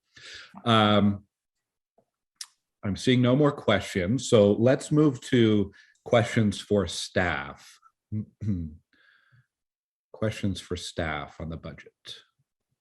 Councillor Menard. Thank you, Chair. I wanted to follow up on some of the questions I had for the delegation Alliance and Homelessness. I'm noticing in the budget a couple of things I just wanted to get more detail on. The first is the operational budget. I understand Community and Social Services Department may have been raised at that budget discussion, but it appears there is a $990,000 reduction there in the operational expenditure. If someone can just provide more detail about that. Chair, I can answer that question. What happened was last year, Councilor Menard, we had a $2 million sort of injection from operating to come up with the 15 million that was allocated to affordable housing. Now, as per the LRFP, the Long Range Financial Plan, we're looking at a $1 million increase to the operating budget. So it's $1 million less than it was last year, but next year will be $1 million more than this year. And the difference is made up by debt and other sources of funding. So there's actually no less, the amount of funding going into affordable housing is not less. However, we'll be taking, funding from other sources or from debt to get to the 15 million. Okay, I appreciate the answer. I'm wondering if staff feel this is enough, given the need that we've got. Through you, Chair. I think when we look at the capital projects and the demand for affordable housing, we can never say it's enough. However, I will say this. A lot of the funding that we do receive, it does take time to spend it because it goes towards capital projects. Council did approve our capital plan for 2021. We'll be coming back again with our capital plan for 2022 that will include inflationary pressures and other projects that we'd like to bring forward. However, I can say that we don't have projects that are construction ready right now and are not going ahead because we don't have funding. So what I mean is, if we do get to a point where we have projects and we need funding for them, and they're being held up because we don't have city equity, we would bring those to council for funding consideration whenever that need arises. But if you're asking me, could we use more money? Of course, we could always use more money. However, I think the sector is moving at quite a fast pace right now. When we look at supportive housing, we're working with Shepherds of Good Hope, Cornerstone Housing for Women, the Ottawa Mission, John Howard Society, and others to build supportive housing. We've got that's being built in advance of the targets that we have set in our plan. Also with Ottawa Community Housing, we have well over 1,000 units right now that are either underway or with it under construction, near completion, or undergoing planning approvals. So we are ramping up quite effectively. Okay, on the operational side, I mean, even if we're sort of saying this is we had more last year, so we're reducing it to be more consistent with the overall plan. I just don't understand why we would reduce our commitment or allow the expenditure on that line item to decline in general when we do have unmet needs.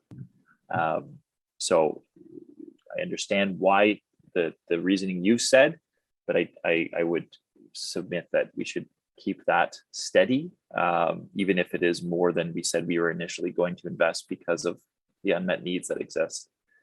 The 15 million as well in the capital side, which is part of the planning budget. I mentioned inflation and the steady decline of that fund over time as a result of inflation. Can staff comment on that, the eating away of a steady line item like this that remains consistent at 15 million over several years?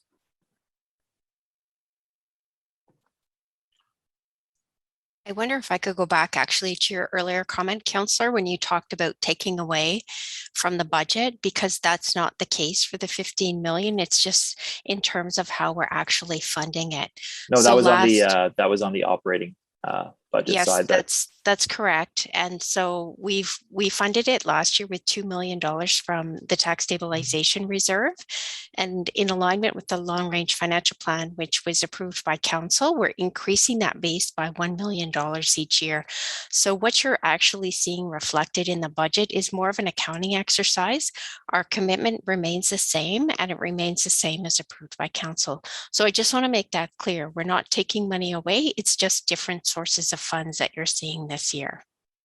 Yeah, okay. Thank you. Yeah. Chair, I can answer the inflation question too. Great.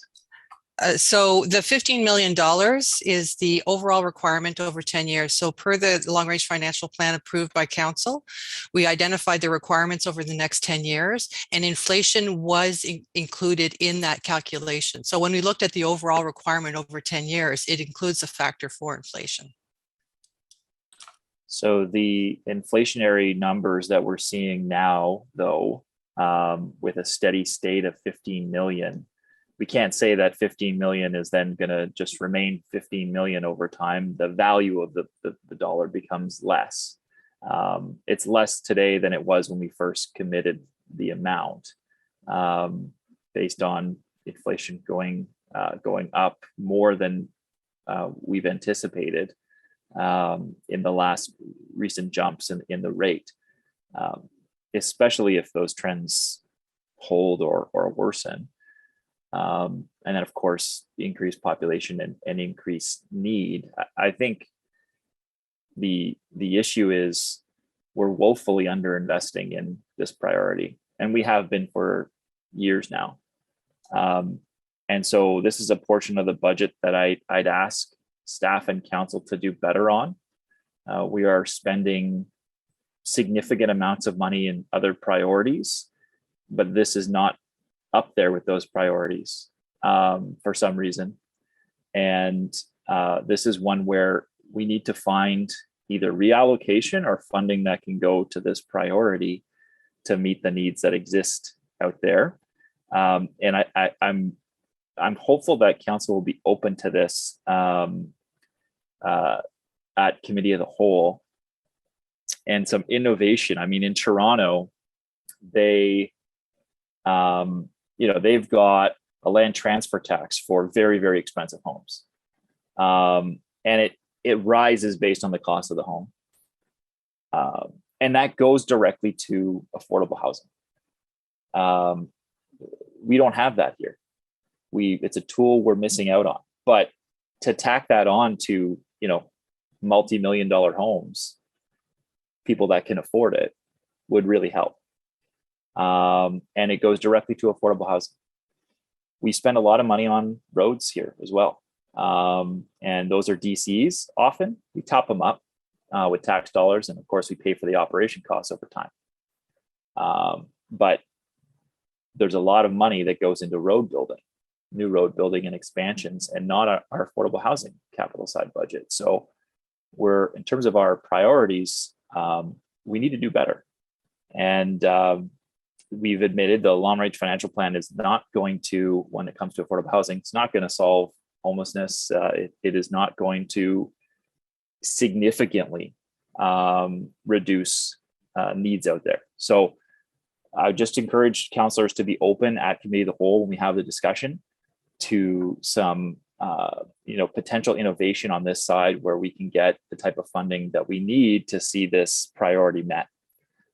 So I think I'd also just agree in my last comment with our BCS staff are excellent. I've worked with them heavily because we have to. We have a lot of those situations in Capital Ward as well. And they are great staff. When they're able to come out on site and invest the time, they do wonderful things. And there is absolutely a desire to see more of that investment.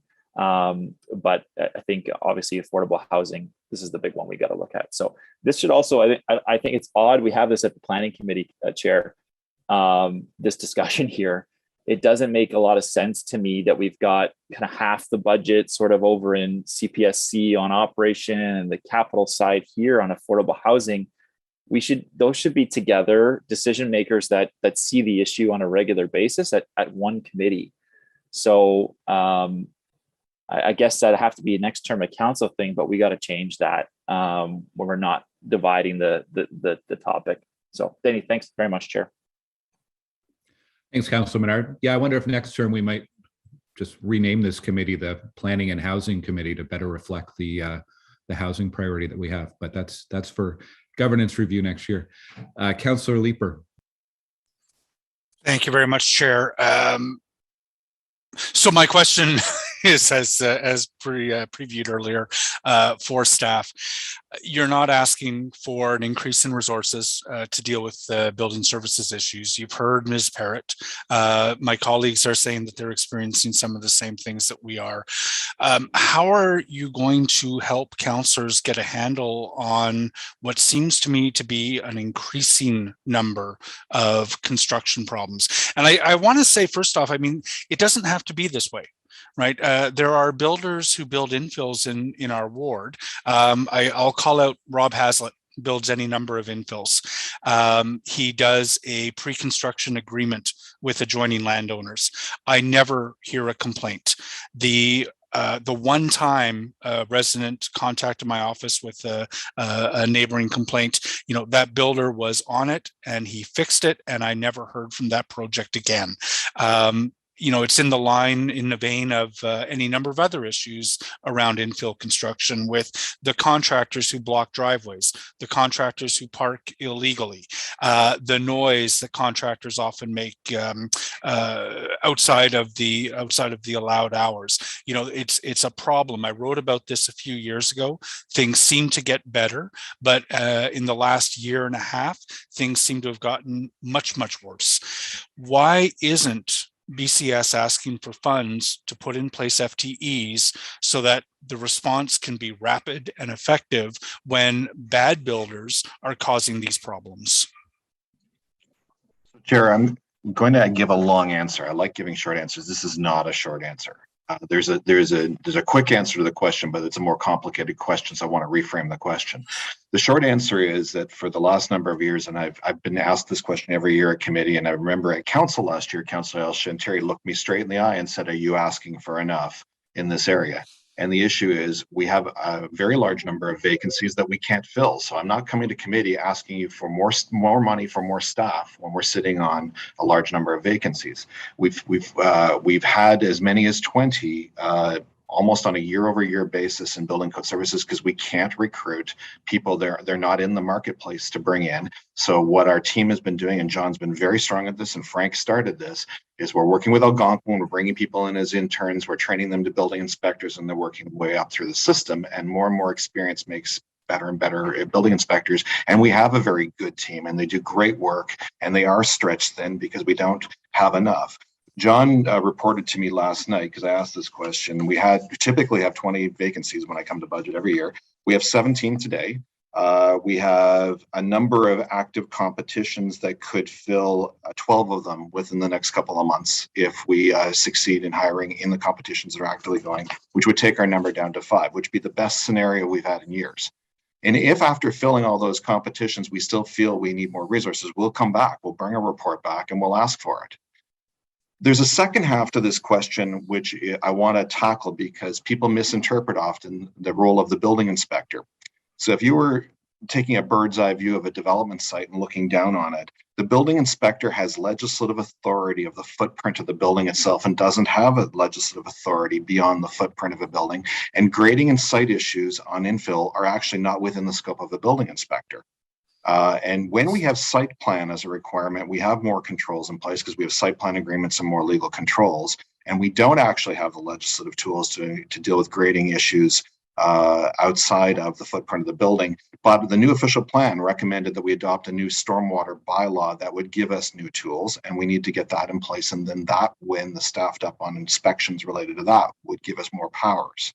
On the issue of building construction quality, the troublemakers out there, and I have other names for them that I can't repeat out loud, are troubling to the department as well. We're very frustrated with them. And John and I have volunteered to sit down and meet with Cheryl. I'd like to have that conversation. She gave some very useful recommendations. 5 of the recommendations in her letter require changes to the Building Code Act. We could not do it with a change to provincial legislation. But there are other areas John's already started doing with the team, such as we're now requiring engineering stamps, engineering reviews of excavation plans. But we cannot, under the law, regulate construction methodology. We're not allowed. We cannot force damage deposits or deal with civil matters such as encroachment on other properties. It's not within the Act. We can't do it.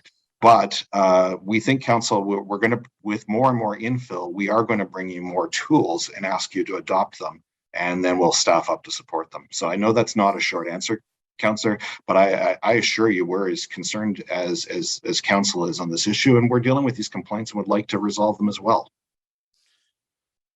Are you suggesting that we cannot require an engineer-approved shoring plan for infills proactively so that we can at the application for building code permit stage? What I did say, Councillor, and perhaps I wasn't clear, is we are now asking for stamped engineering plans for excavation, which may include a shoring plan. And on infill projects, traditionally infill projects haven't been that big a concern, but now that we're going more closer to lot lines, it's become an issue that it wasn't in the past. So we are changing our operational practices in that area, and John's introduced that requirement within the department, and it's gradually making its way out there now. Okay. It is obviously extremely disconcerting to residents when builders are excavating to, sometimes past the property line, when builders are putting their fences, their construction fences, on adjoining landowners' land without permission. These are real quality of life impacts. And I have to reiterate what Cheryl said, which is, this is causing a lack of trust in the city. We need 29,000, I think, in our new official plan, 29,000 new low-rise housing units in order to be able to accomplish our official plan goals with respect to intensification. And, if we're going to have 29,000 problems like these, councillors are going to be buried, staff are going to be buried, and absolutely residents are going to resist the building of more intensification units because of the experience that they undergo when it happens. I have to encourage you to ensure that you are asking us for the resources that you need.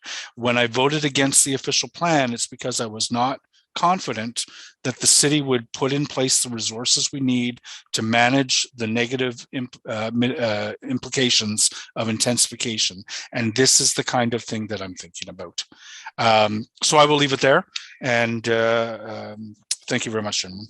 Chair, if I may, just to respond, and I'll give the same assurance I've given before. Once we fill the vacancies we have, if we feel we need more, we will come back to council, because this is a self-financed area. It does not affect the property taxpayers. It is paid through permits.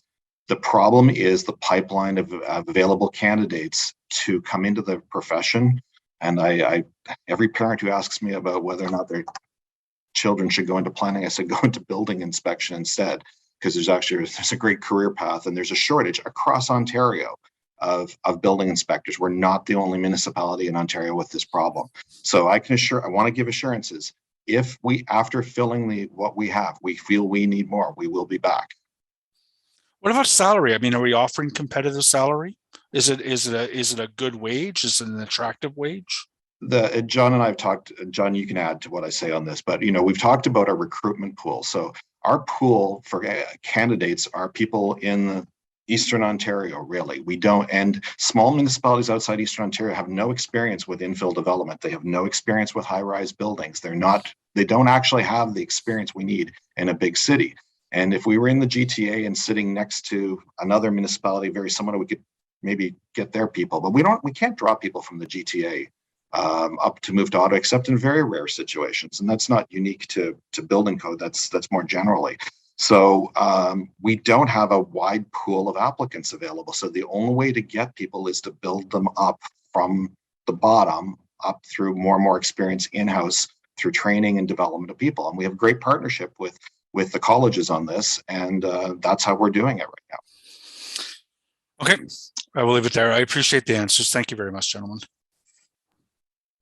Okay, Councillor Kavanaugh. Thank you very much, Chair. Yeah, there's lots of good questions so far, and I have to agree with Councillor Leeper. Infill's coming big time, and the irritations of next door neighbors and the closeness to the lot line is very upsetting for people.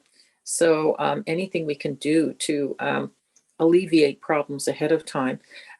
So my question is, what can we do to like pre-inspections and stuff? I appreciate, Councillor Leeper, that you've had good developers who've talked to neighbors ahead of time. I think that's great. I don't know if there's some way we can make that part of the process. And I don't know if this is a budget item or not, but just adding to the process. If we're going to have all these committee of adjustments that give exceptions that people can be that much close to the lot line, there's got to be some formality of at least talking to the neighbors, and that's where I find it missing. So, Chair, again, I have the same sympathy. The advice I give everybody all along is the sooner people talk to their neighbors in any development proposal, the better everything is going to go. I tell that to every chance I can get. I send that message. I think there's some proactive things the city can do, and perhaps if the interested councillors and the chairs and I go offline and talk about how we can make a delegation to the development industry and express the concerns and what we're seeing to encourage them to do the right thing. Councillor Leeper said, we have some very good people who do the right thing, and it'd be nice if they could, if the message could get out that that makes everybody's life easier, theirs and ours. And I think he's quite right on that. And I think we could take that offline. And again, if committee and council wants to petition the province for more powers under the act, we can give some advice to council on how to ask for those powers. But, you know, the province does control the limits of what's regulatory law and what's civil law. And right now the province has a bias that these are sorted out as civil matters. So I appreciate Councillor Brockington's comment. It's very frustrating to hear that, but that's the way the law is set up. I get frustrated too, because John and I hate feeling powerless when we're trying to resolve issues. No, I appreciate it. It's just more upfront and just everybody knowing what's going on. I just see the strain, and I'm thinking if they, if they got information, it just helps so much. Just like anything. I mean, we've got so much construction with LRT. If you tell people ahead of time, at least it's not a surprise. Nobody likes surprises. So if we can make that no surprises as a motto, that would be great. In terms of the training, I can't help but think this, if these are really great career jobs, if we can work with our youth services, because I certainly see a lot of youth that are kind of at loose ends, and these sound like great career options, very specific to Ottawa, and especially if we're looking at opening it up, but maybe there's, I don't know if we need scholarships or something to entice people to go into that field, something along that line, if that would, because it's not just short term, it's going to go on for a while. And I'm just wondering what else we can do for those who are in situations where tuition is an issue, but at the end we get a great product of more qualified people. John, could you perhaps give committee some more information on our internship work that we're doing with Algonquin? I mean, as I said, I think we have a great relationship with the educational institutions. John, maybe you can tell a little bit more about that. Yeah, thanks, Steve and Mr. Chair. Through you, yes, we do have partnerships with Algonquin College, equally La Cité Collégiale, our Provincial Building Officials Association. It's called the OBOA, Ontario Building Officials Association, has been working diligently to insert the mandatory ministry qualification processes into the college system. That's where we do draw the bulk of our staff is out of the college system. So that's where the efforts are primarily being undertaken. But there is an industrial issue overall in construction with respect to recruitment. It's no different. I mean, we say, it would be really nice if all the trades, like Councillor Leeper said, not to just put Rob Hazlitt on a pedestal, but I agree with that comment.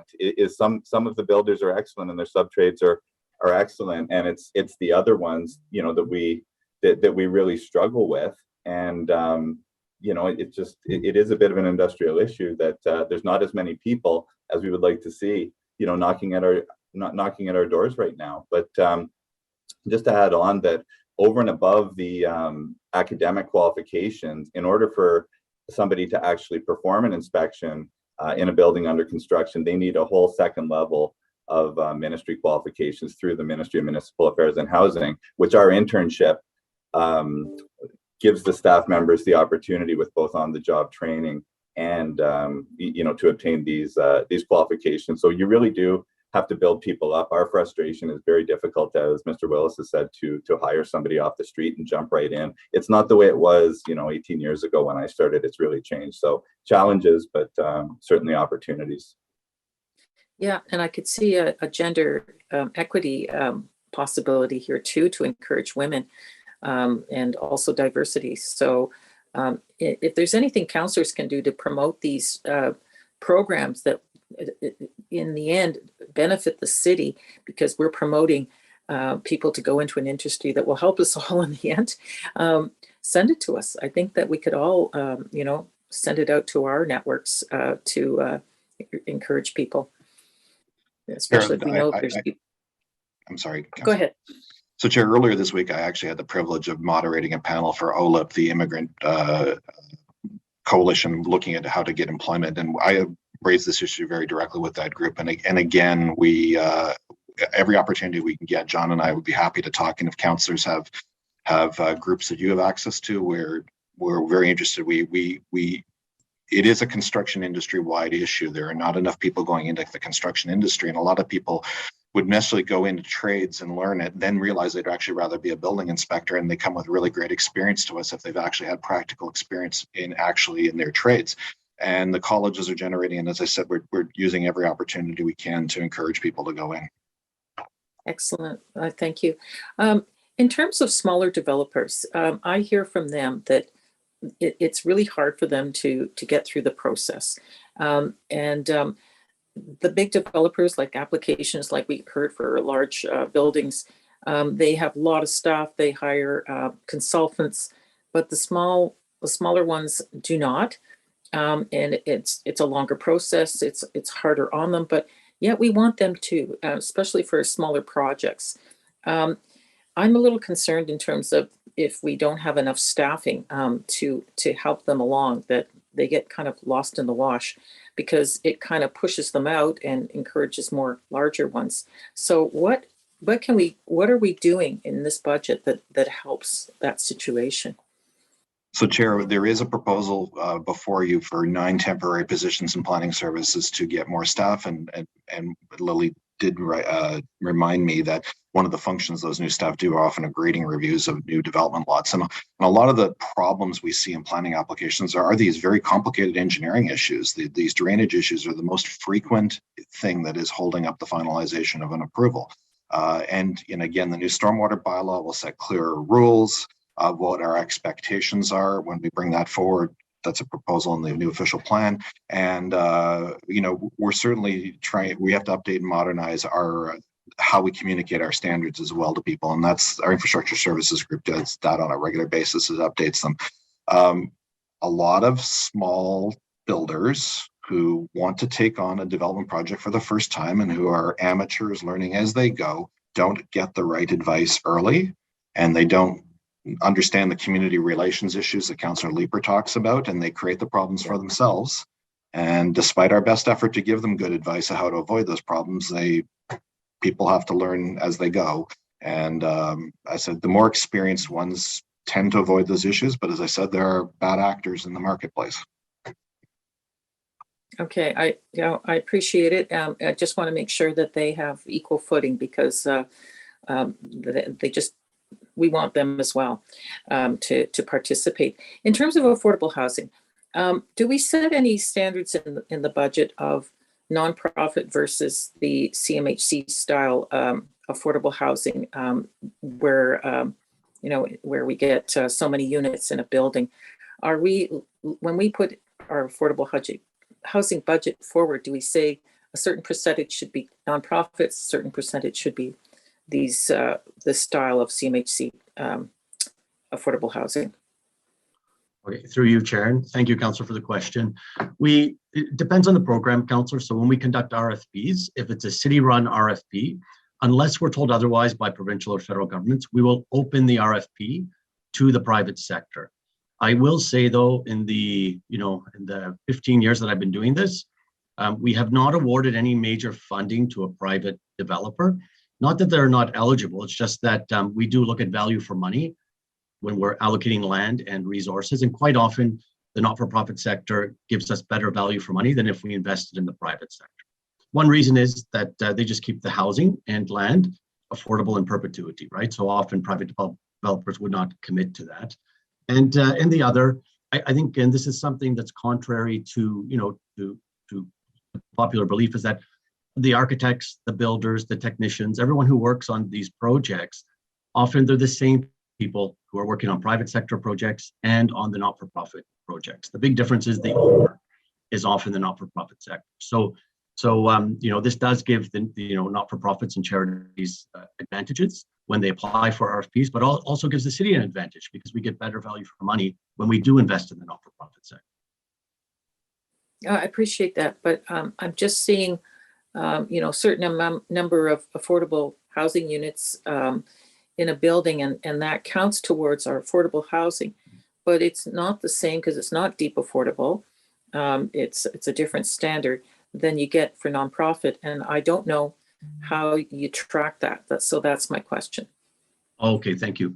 So what we typically report on, or what we have been reporting on, is everything that we fund, which is to date, I think 100% with the not-for-profit sector.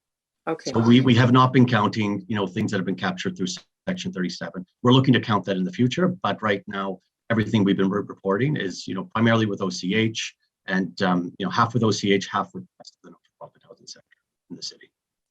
Okay, so you're not counting the CMHC. Okay, all right. Okay, that's good to know. I appreciate that. But see the difference. Okay, thank you very much. You're welcome. Councillor Fleury. Thank you, Mr. Chair. And I'll start with some of the planning, but I will certainly come back to the housing investments. Mr. Willis and Mr. Bucket, your answers are clear in terms of workforce, but we see more and more building permits. We see more and more work.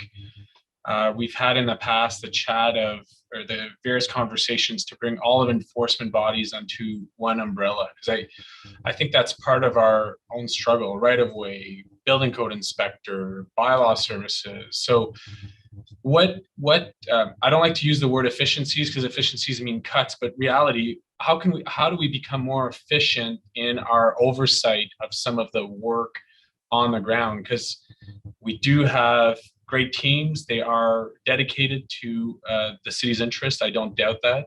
But I think Councillor Leeper described it well, which is, one inspector goes, oh, it's someone else's, So ultimately, instead of having one-stop shop where one goes and has a various levels of authority or checks in, and we then weigh ourselves and stretch ourselves thin, because to get to the same problem, there's 4 or 5 different individuals that have gone to it. So I'd like to, I hear you on the workforce. You don't need to, unless you want to repeat yourself there, but to me, it's what structure are you modeling so that when we go, we're effective and we go there fewer times and get, the outcomes that we can legally, because I understand as well what you've described relating to the provincial authorities that they're in some instances very limited.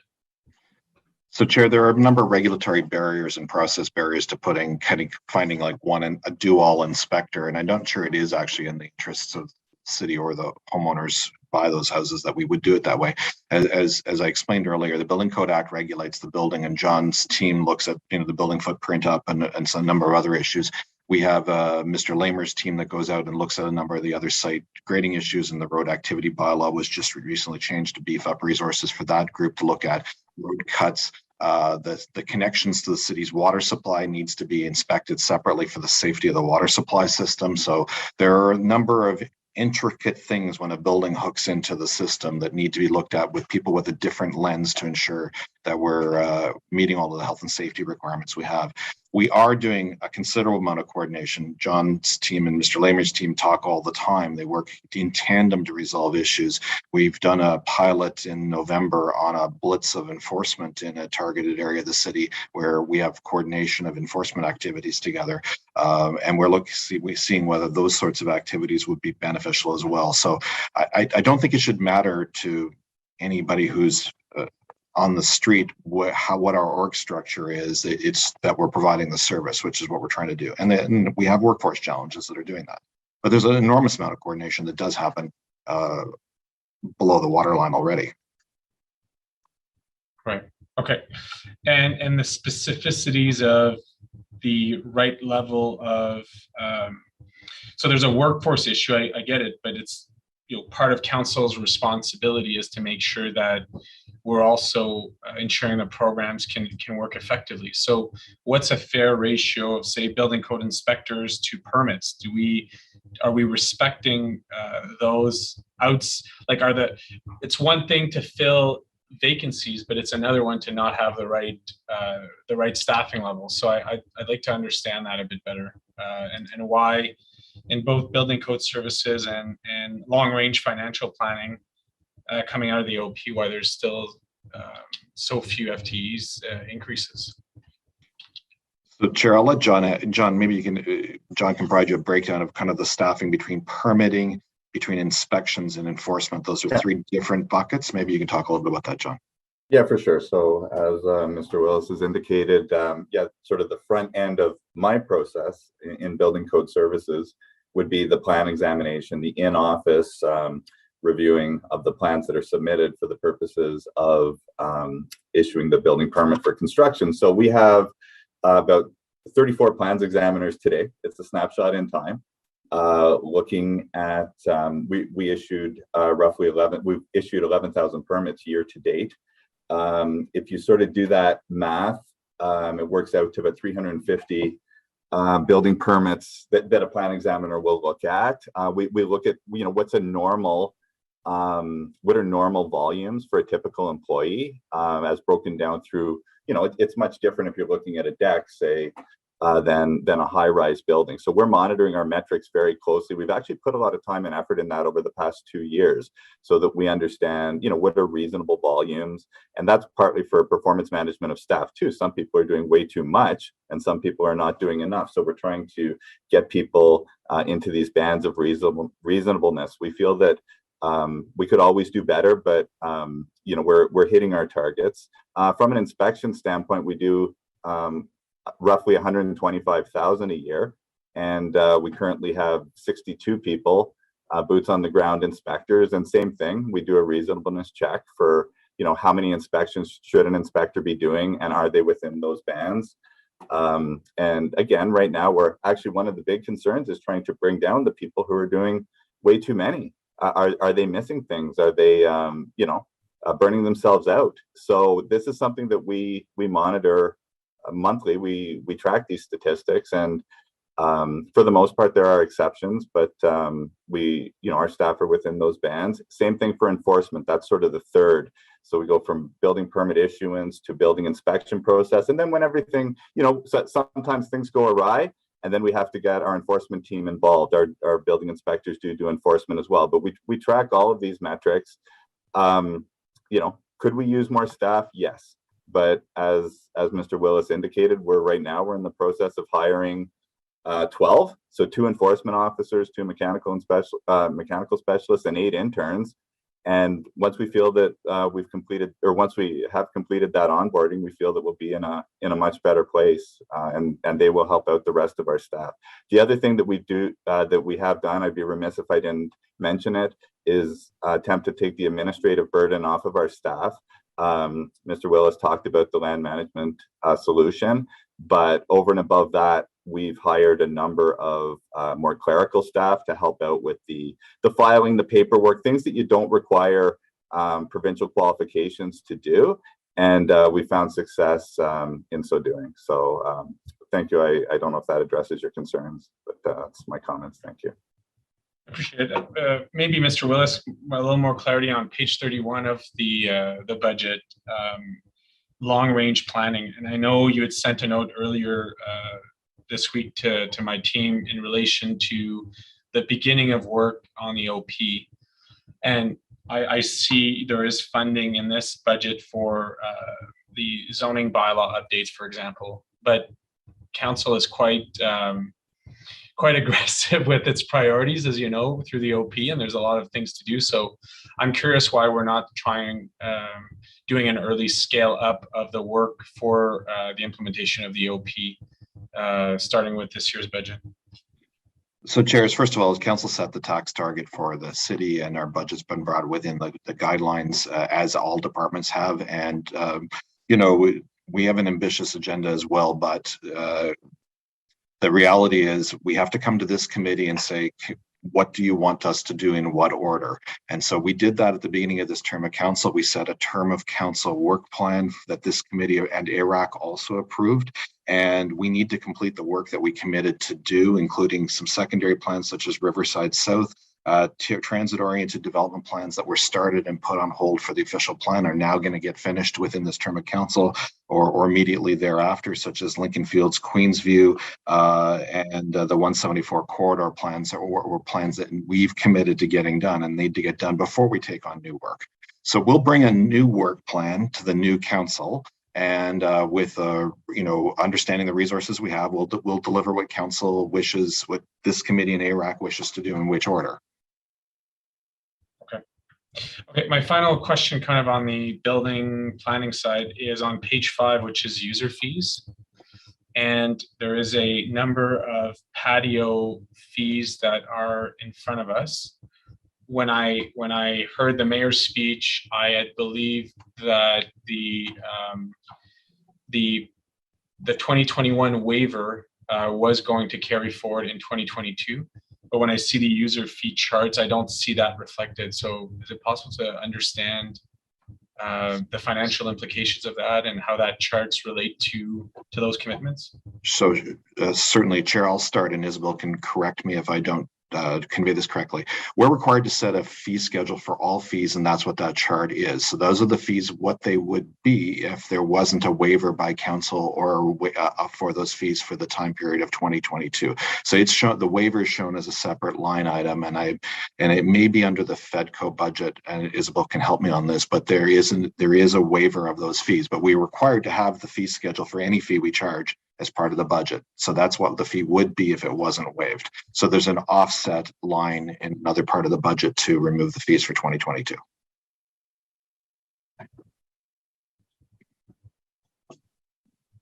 Could I ask just for clarity on where that offset line? I'm sorry, I think you've gotten to know me. I read the budget in and out, and I've not seen that offset line. I'll have to follow up. I don't see the line item specifically, but I can follow up on that one. I can Do you have answer that one? Okay, yep, perfect. I can answer that, Isabel. Councillor, it's in the FEDCO budget. I will email you the page. Okay. Do you have the amount just so that we have it for record? Yeah, I believe it's 270,000, which is the line item in the budget. 270,000. Okay. Yeah. Okay. Thank you. Thank you for that, Mr. Chair. If you indulge me, I'll get back on the list to ask my housing questions after, I guess, Councillor Brockington. Well, Councillor, if you want to go ahead now, if you've got another one or two more questions, go for it. Oh no, they're more than 1 2 questions. I'll get back on. All right, fair enough. Councillor Brockington then. Thanks, Chair. I've certainly had a number of my questions already asked. I've got to know a number of small developers pretty well over my tenure. They seem to have a little more needs and hand-holding than some of the larger developers. And I can tell you that no one has ever told me, wow, my application sailed through the planning department. It was so quick. Usually the comments are, I can't believe how long this takes. And that impacts their ability to get building, and sometimes that impacts costs. So I'm glad to hear staff saying that they acknowledge they need to hire more and cost recovery, so good for the taxpayer. But no one has ever said that their file or application went through quickly. The complaint has always been how long things take. And that could be tongue in cheek, or that could be, I think it's a little bit of both, the reality of how long the application process is to get through. So, Mr. Willis, you're confident you have appropriate staffing and resources in this budget to reply to applications in the prescribed amount of time they should be dealt with. Is that correct? Again, not an easy question to give a short answer on. So we have asked for the resources that we think are appropriate for this, and we've asked for new resources on a temporary basis to deal with the surge in applications we're facing right now. So that is part of the request. And like I said, with building code, if we filled those and found we didn't have enough, we'll have another conversation with committee and council at another point in time. But this would give us new resources to deal with what we're seeing as a very high workload right now. Yeah. So we are asking for more. What takes time in a planning process are technical requirements. We talked about a lot of engineering issues today. And again, small developers have trouble with engineering issues a lot of the time. We have community engagement processes, which I think we would all agree add benefit and value to the process. And Ottawa has more rigorous community engagement than most cities in Ontario do. People might be surprised to hear that, but site plan, for example, is not consulted on in many parts of Ontario. It's fairly unique to Ottawa that we have the level of consultation we do, which is a lot of small developers get picked up in. And also there are, again, bottlenecks in legal agreements, which there is in the FEDCO budget, not in this budget. Request for temporary resources to beef up legal clerks to assist legal services on agreements. So we've taken a very tactical response to the problems before us and made requests to council this year. Okay, that's good to hear. Thank you. We had some discussion. One of our delegates, Ms. Parrott, talked about issues where infill is happening. It's impacting a budding neighbor and neighbors. Would you consider providing some sort of memo or brief guide to councillors on when we get these types of inquiries, calls for help? What's our checklist? What's our step-by-step? Because we're struggling. We have too many of them, and a lot of the people believe the city can solve these problems, and some of them are not city caused. I will agree, or I'll admit or acknowledge, but that would be helpful if there's something that could be provided to us on how a councillor's office should react to that. That would be appreciated. Chair, the suggestion's a great suggestion. Timing's very appropriate. We just did our onboarding councillor orientation for Councillor Curry this week, and after doing that, I reflected that it's time to update that deck that many of you would have seen. It needs, and as we focus more and more on infill, I think that should be that's a function of what we need to brief councillors on. So welcome further discussion. Any councillor wishes to call me about this, I welcome it. For those of you who had your councillor Kitts would had a relatively recent experience with this now that she's been on planning committee, I really would love to hear her take on how I should brief the incoming councillors. So welcome any councillor who wants to have that conversation. Yeah, but when I say a brief, I mean, is there a document that you can, after budget, put thoughts together that you can share with councillors' offices? Yeah, Chair, we'll take that offline and take a look at that. I think there probably is something we can do. Who to call in what circumstance, I think would be helpful. All right, thank you very much. Councillor Kitts. Thank you, Chair. I wanted to ask a question to staff based on Kate's delegation from the Alliance. This ask to reallocate funding from an emergency response to a greater investment in creating permanent housing makes complete sense to me. But my question, which admittedly is really more of a CPSC question, but since Saeed, you're here, and as my colleague indicated, the issue is intertwined between the two committees. If we reallocate from emergency funding to building housing, what kind of gap does that create while we have to wait for the housing to get built? Thank you for the question, Chair. I think what Katie was referring to was that we perhaps match the funding that's spent on emergency response. And I know a lot of people have talked about sort of putting that money towards capital. Well, what would that would do would it would prevent us from having a front door response. Right now, we do have a lot of individuals and families who present themselves, at our front door, and they're currently homeless. They may come from within the city, they're destabilized, or from other areas in the region, and we need to have an ability to respond to that. So if we lost our shelter funding, we would not have that ability in the first case. Secondly, if we were to invest this in housing, one, it takes time to build the housing, and then this assumes that we'll always have vacant units to place people.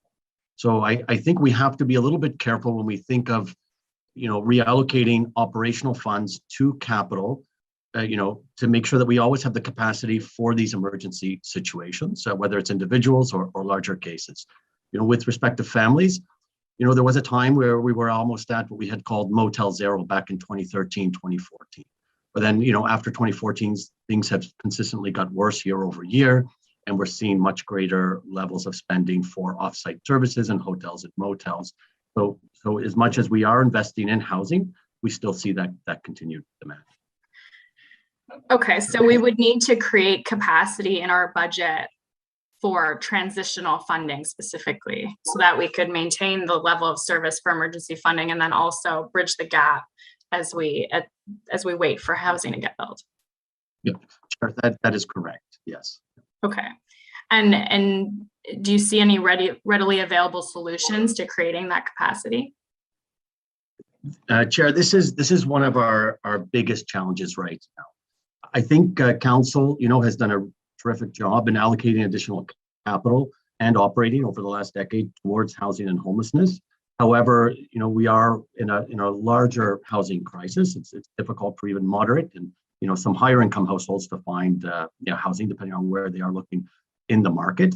We do have a lot that's underway. We also have other RFPs to try to capture existing units. So we're looking at two landlords right now through existing, through our renovation program. We're working with, different parts of the Black community to build housing capacity there, to buy housing units in the market today. But we are trying some of these short-term solutions. But one of the biggest problems we have is that we just can't get access to the unit. Either, they're just not on the market, or there's very few on the market, or where there's, larger, buildings available, privately owned, they may not want to rent to us or our clients. Okay, thank you. That's helpful. And then a follow-up question to planning staff. If we had a commitment to make a larger investment in permanent housing, do we have the policies in place to allow for a steep increase in community housing? So, Chair, as the way the Planning Act works in human rights law, we don't distinguish in planning permissions whether someone is there for affordable housing, market-based housing. We can't do that. It's housing is housing when it comes to planning policy. And the new official plan opened the door for more housing variety across the city. And that's one of the main tools we put in place with the plan to do it, plus a new, clear, affordable housing objectives as well. So I believe that, it's something we'll have to continue to monitor because we're all concerned about the trajectory of housing prices in the city. But I do believe we put tools in place that are right for us at this point in time. Okay. Thank you very much to you both. And additionally, thank you for your responses to the question about building inspections. My questions have been asked already, but I do appreciate the info. Thank you, Chair. Thank you. I want to ask a couple of quick things. First one is, we actually talked earlier at this committee, but we talk almost every time this committee meets when there's Section 37 investments that go towards affordable housing. Is that money included in the 15 million, or I'm just wondering how that gets accounted for when there's money coming in through Section 37 agreements? Chair, that money is not accounted for in the $15 million that is before you today. What we would typically do is we would go back to the ward councilor where the funds, in the ward where the funds are sitting, and then allocate those to a project. So they would be, the units that those develop would be included, in the numbers that we do report back to council, with respect to what's funded and what's underway. One of those examples would be in Councillor McKinney's ward. We had, I can't remember the exact amount. I think it was around maybe 500,000 or 600,000 that went towards acquiring a rooming house there for the Ottawa Mission to purchase and renovate. And then we would use some of our 15 million on top of that to assist with that project. Okay. Now we've been talking obviously about the 15 million or 15 million plus 2 million in the development charge exemptions. But what I haven't heard a lot is about the dollar amounts and how we're leveraging provincial and federal money and what that amounts to both for 2022. And I think it'd be helpful to understand it from this term of council as well. I don't know if Donna perhaps could give a bit of an overview of that. Yes, thank you, Mr. Chair. I'll maybe start and let Said speak to the details. And I think it speaks to, Councillor Menard's concern about only seeing a portion, because what you're seeing is the portion in the long range financial plan, the 15 million, that was the city's contribution to our long range plan, the 10-year plan to create 57 to 8,500 units over the course of the 10 years. The intent being that $15 million would leverage equal representation from the federal and provincial government. And part of that plan was to ensure that, based on the constitutional responsibilities of other levels of government, that we did our fair share and brought them to the table. And, over this term of council, what you're not seeing is what that 15 million has leveraged. And in this term of council, by the time we finish next year, not knowing the next or the last installment of our provincial or federal funding, we've had $115 million invested in affordable housing.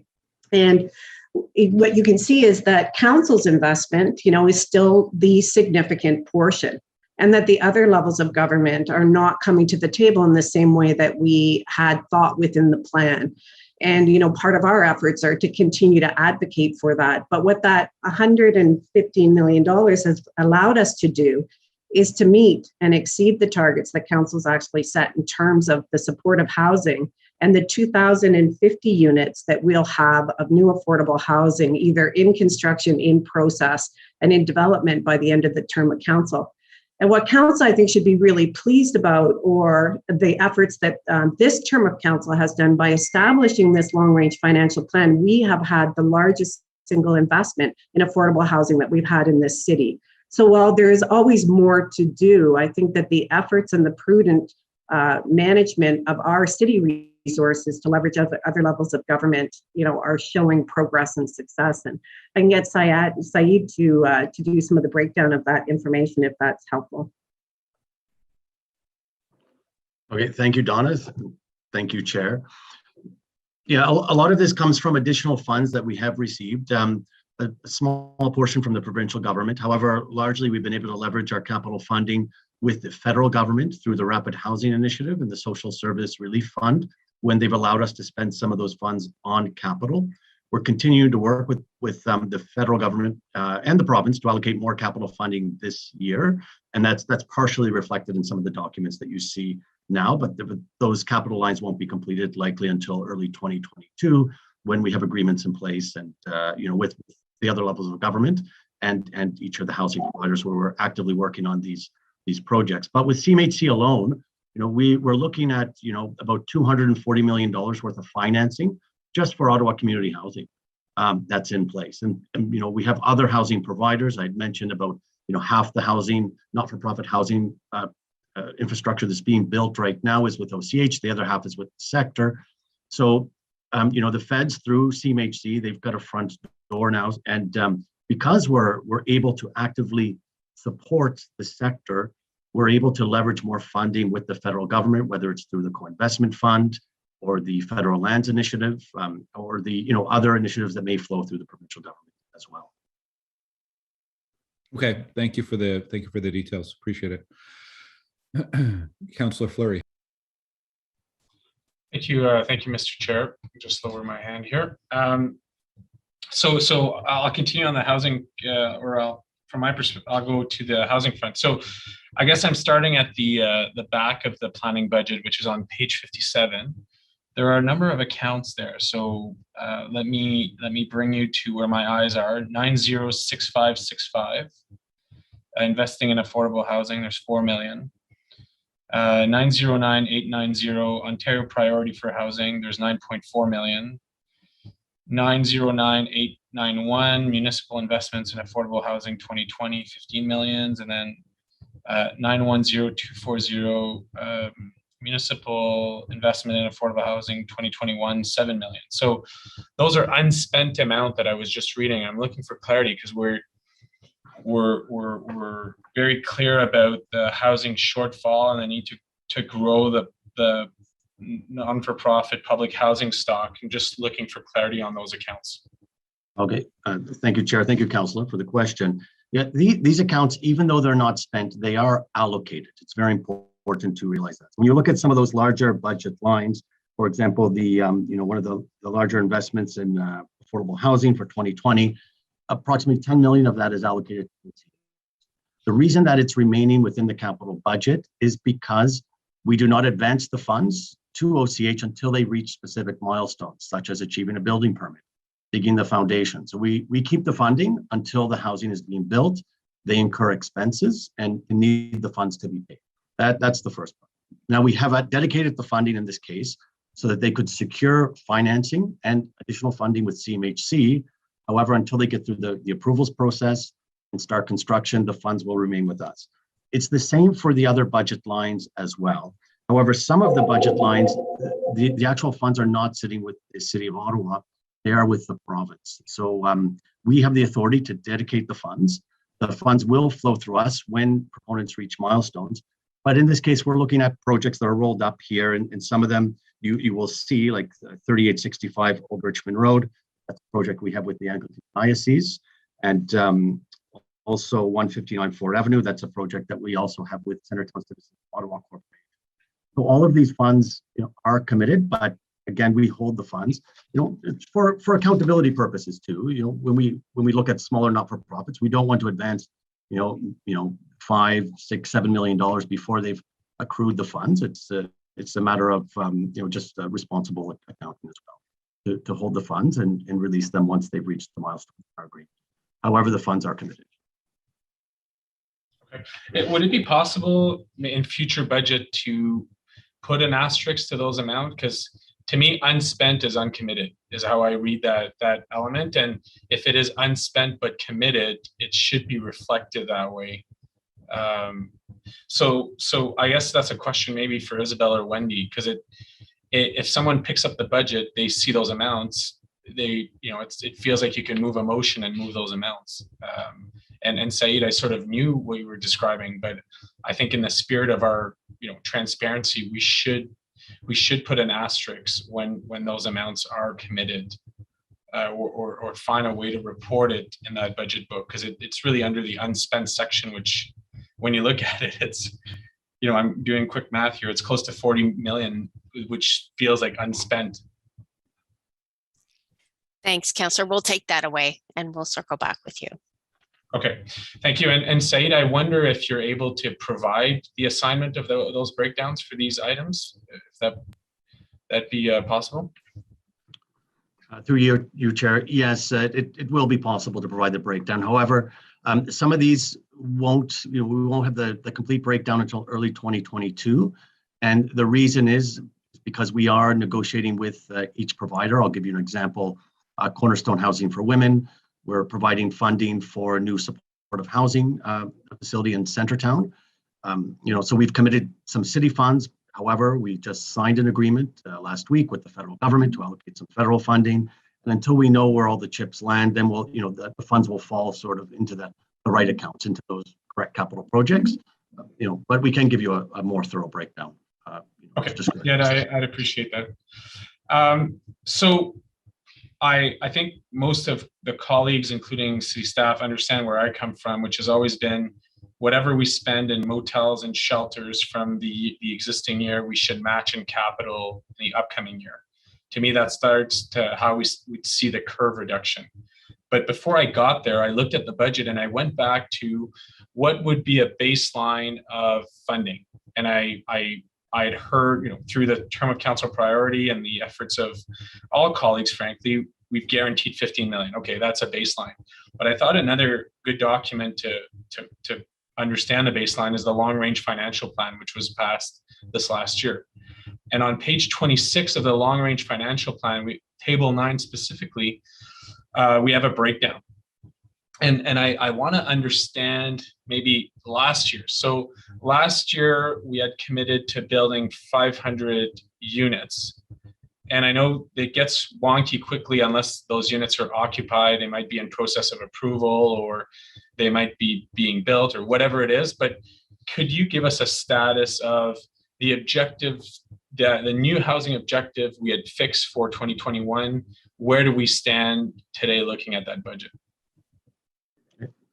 Thank you, Councillor. So the long range financial plan was it's a broad framework to show how we're going to get to those 500 units per year. Some units we're expecting to get less than 500. Some years we'll get less. Some years we think we will get more. We continue to build the pipeline. So part of the long range financial plan and in our capital plan, we talk about pre-development funding with the sector. So we are moving projects through the approvals process so that we can get to the point where we have more projects than funding, if possible at some point in the future.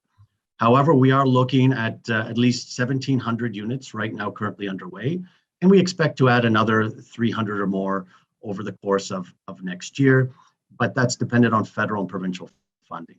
So the long range financial plan commits the city portion, but it does hold other levels of government accountable. And over the last 3 years, as Donna had alluded to, we have received significant portions of funding from federal and provincial governments to keep us on track despite these large inflationary costs. We're ahead of the game right now in supportive housing. In the long range financial plan, we were estimating about one supportive housing project a year. We've got 200, which is about 50 units.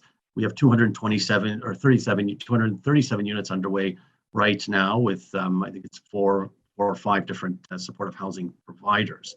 Our challenge there is going to be operating in the future, not so much capital when those get completed. Oh, I hear you. But on the capital, and I appreciate what you're saying when you look at the macro long-range financial plan, but because we approved it last year, I think it's closer to us, right? It's closer to see, okay, what are the metrics? So can I come back to what you just said, just in terms of clarification? So out of the plan, there's 1,700 units that are in construction, including a large portion from OCH. Does that reflect the long-range financial plan, say year 1, year 2, so 2021, 2022, or what range would you give that for us to consider? Thank you, Councillor. We're actually looking at the range now to report back in 2022 to figure out exactly when we'll have that benchmark. But we have been adding, like I said, around 300 to 500 units a year as per the long-range financial plan. We're also working with OCH because they are our largest housing provider to make sure that we can secure financing from CMHC and bring those units on board. Eventually, we'd like to show you an illustration or diagram to show you where all those units are. However, right now we are on track to meet the objectives of the long-range financial plan, and that's largely thanks to CMHC and some of the pandemic-related funding to give us that boost during the pandemic. Okay, and that would be just to tighten up what you were saying. We're in range of the long-range financial plan for year 1, year 2. That's correct, yes. Okay, thank you for that.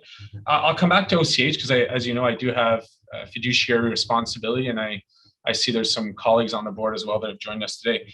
But just on my long-standing kind of economic lens into this. So last year we had spent, or the number I had received from City was that in 2020 dollars, we had spent $38 million in motels and shelters.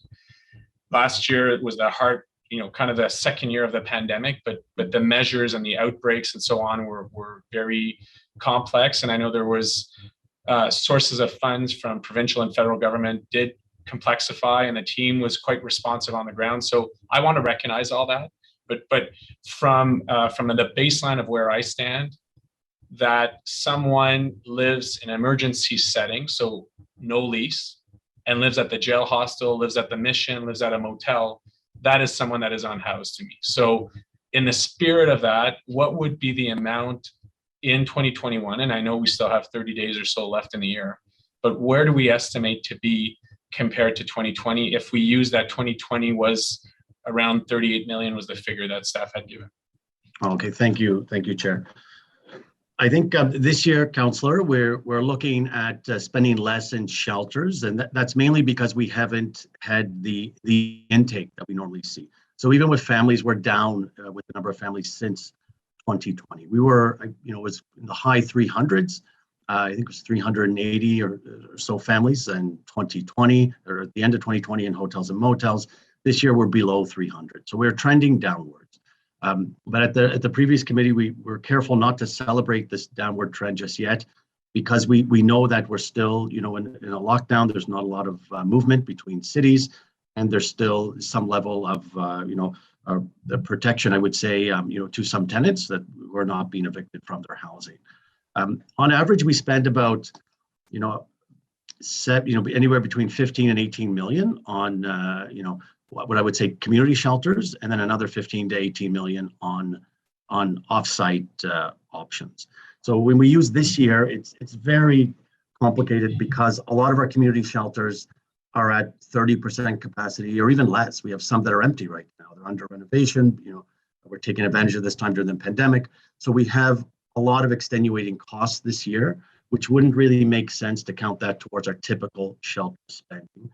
But on average, we're looking at anywhere from $35 to $38 million a year are spent on emergency shelter costs.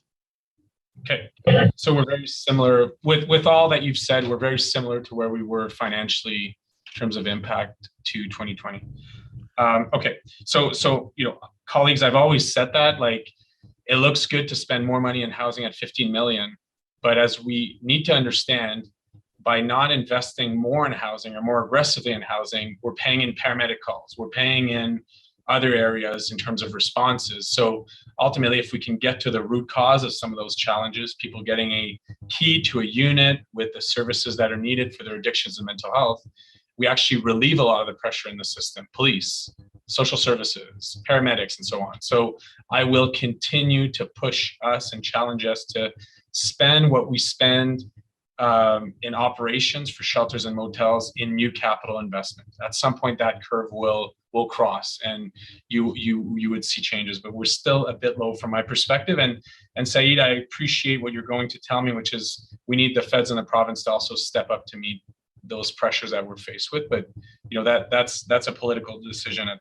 this point. My last question, Mr. Chair, and thank you for your indulgence. I believe I'm likely over my 5 minutes, is specifically for OCH, Saeed. And for the record, I certainly want to acknowledge and recognize your work, Wendy's work, and Steve Willis's work, and Donna and so on, in making sure that the alignment between the city and OCH enable us to build more affordable housing. But for public record for today, we do have two major projects beyond Mikinak, beyond some of the projects that are ongoing currently, specifically Rochester Heights Phase 2 and Gladstone. And I wonder if you could give the committee today clarity on, are you confident that within the budget thresholds you have and the flexibility that we are able to advance the building of those affordable housing projects? Thank you, Chair. We are in ongoing discussions with Ottawa Community Housing, and we're looking at the increased costs and inflationary pressures on those two projects specifically. That's Rochester Heights and Gladstone Village. We're looking at this from two perspectives. One, the total amount of equity they would need from the city, and two, the cash flow requirement for that equity. And I could say with confidence, we are in a good position to support OCH in 2022 and 2023 going forward. A big part of our capital report in 2022 will be, about OCH and their larger capital projects, of course, it being Gladstone Village and Rochester Heights too. Okay, I appreciate the clarity and putting that on record today. Thank you, Mr. Chair, and thank you, committee, for the flexibility here. Thanks, Councillor Fleury. Are there any other questions for staff? All right, well, thank you to staff for preparing the budget and for being available today to answer questions. Councillor Leeper has a roadmap motion so that we can approve this budget. And Eric, I'm just looking for clarity procedurally. Do we need to vote on each of these separately? Can we vote on it all together? What's your guidance on this one? The deputy clerk may step in, Chair, but my understanding is that it is possible to carry the entirety of the roadmap if the committee is amenable, or if the members prefer to sever the recommendations, they can be voted on separately. Well, Chair, all together unless someone requests it being broken down. Okay, so I'll turn to the committee. Any requests to break this down further, or can we consider it all at once? On the affordable housing side, Chair, I don't know. I guess that would be number 2 here. 352. Sorry, you'd be looking to dissent against the housing components of the planning budget. Can the clerk's office advise for Councillor Menard which items he'd need to dissent on if that was the case? Yes, Mr. Chair. Item 2 of the roadmap includes the affordable housing operating portion. And then under number 3, there is the housing services capital described on page 52. I think, Chair, it's okay. I'll wait till committee of the whole with hopefully, I don't want to vote against funding going here. Obviously, I just want to see more funding to it. So I will wait and vote for this and then come back at committee of the whole. That'll make it easier and probably more consistent. Thank you.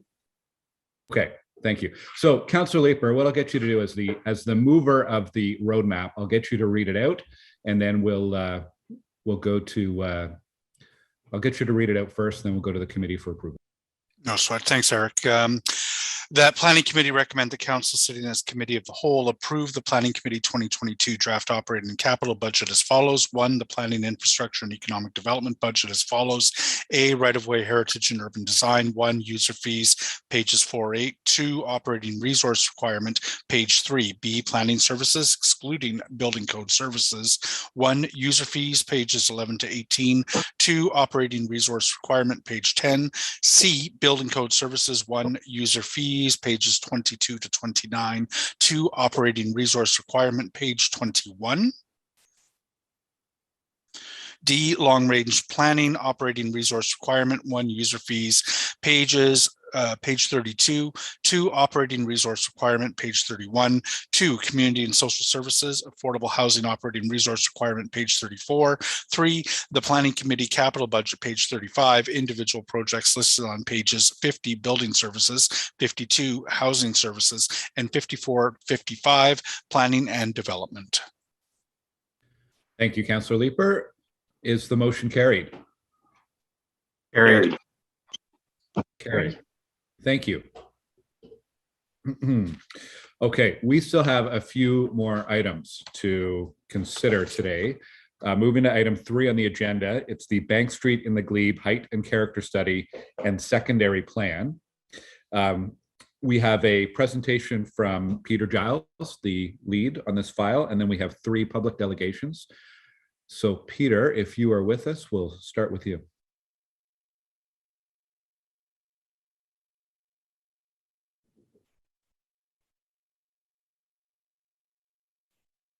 Thank you, Mr. Chairman, good afternoon, commissioners and members of the committee.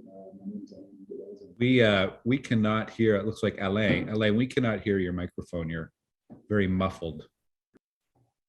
Is this better, Mr. Chairman? It is not. Doesn't seem like that mic is activated.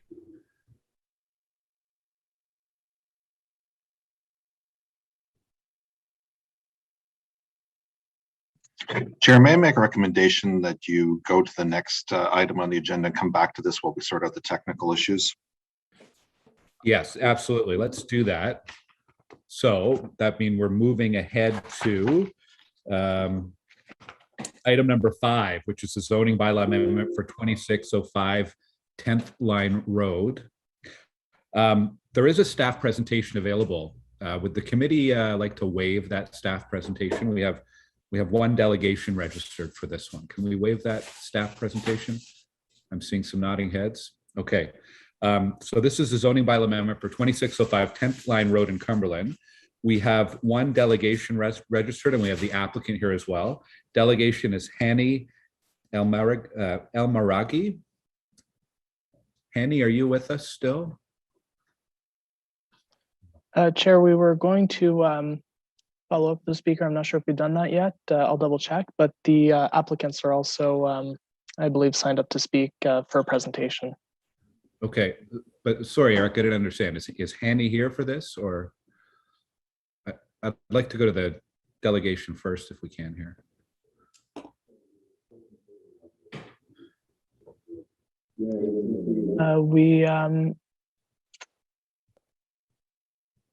We followed up, but he doesn't seem to be among the attendees, so he's not online, unfortunately, Chair.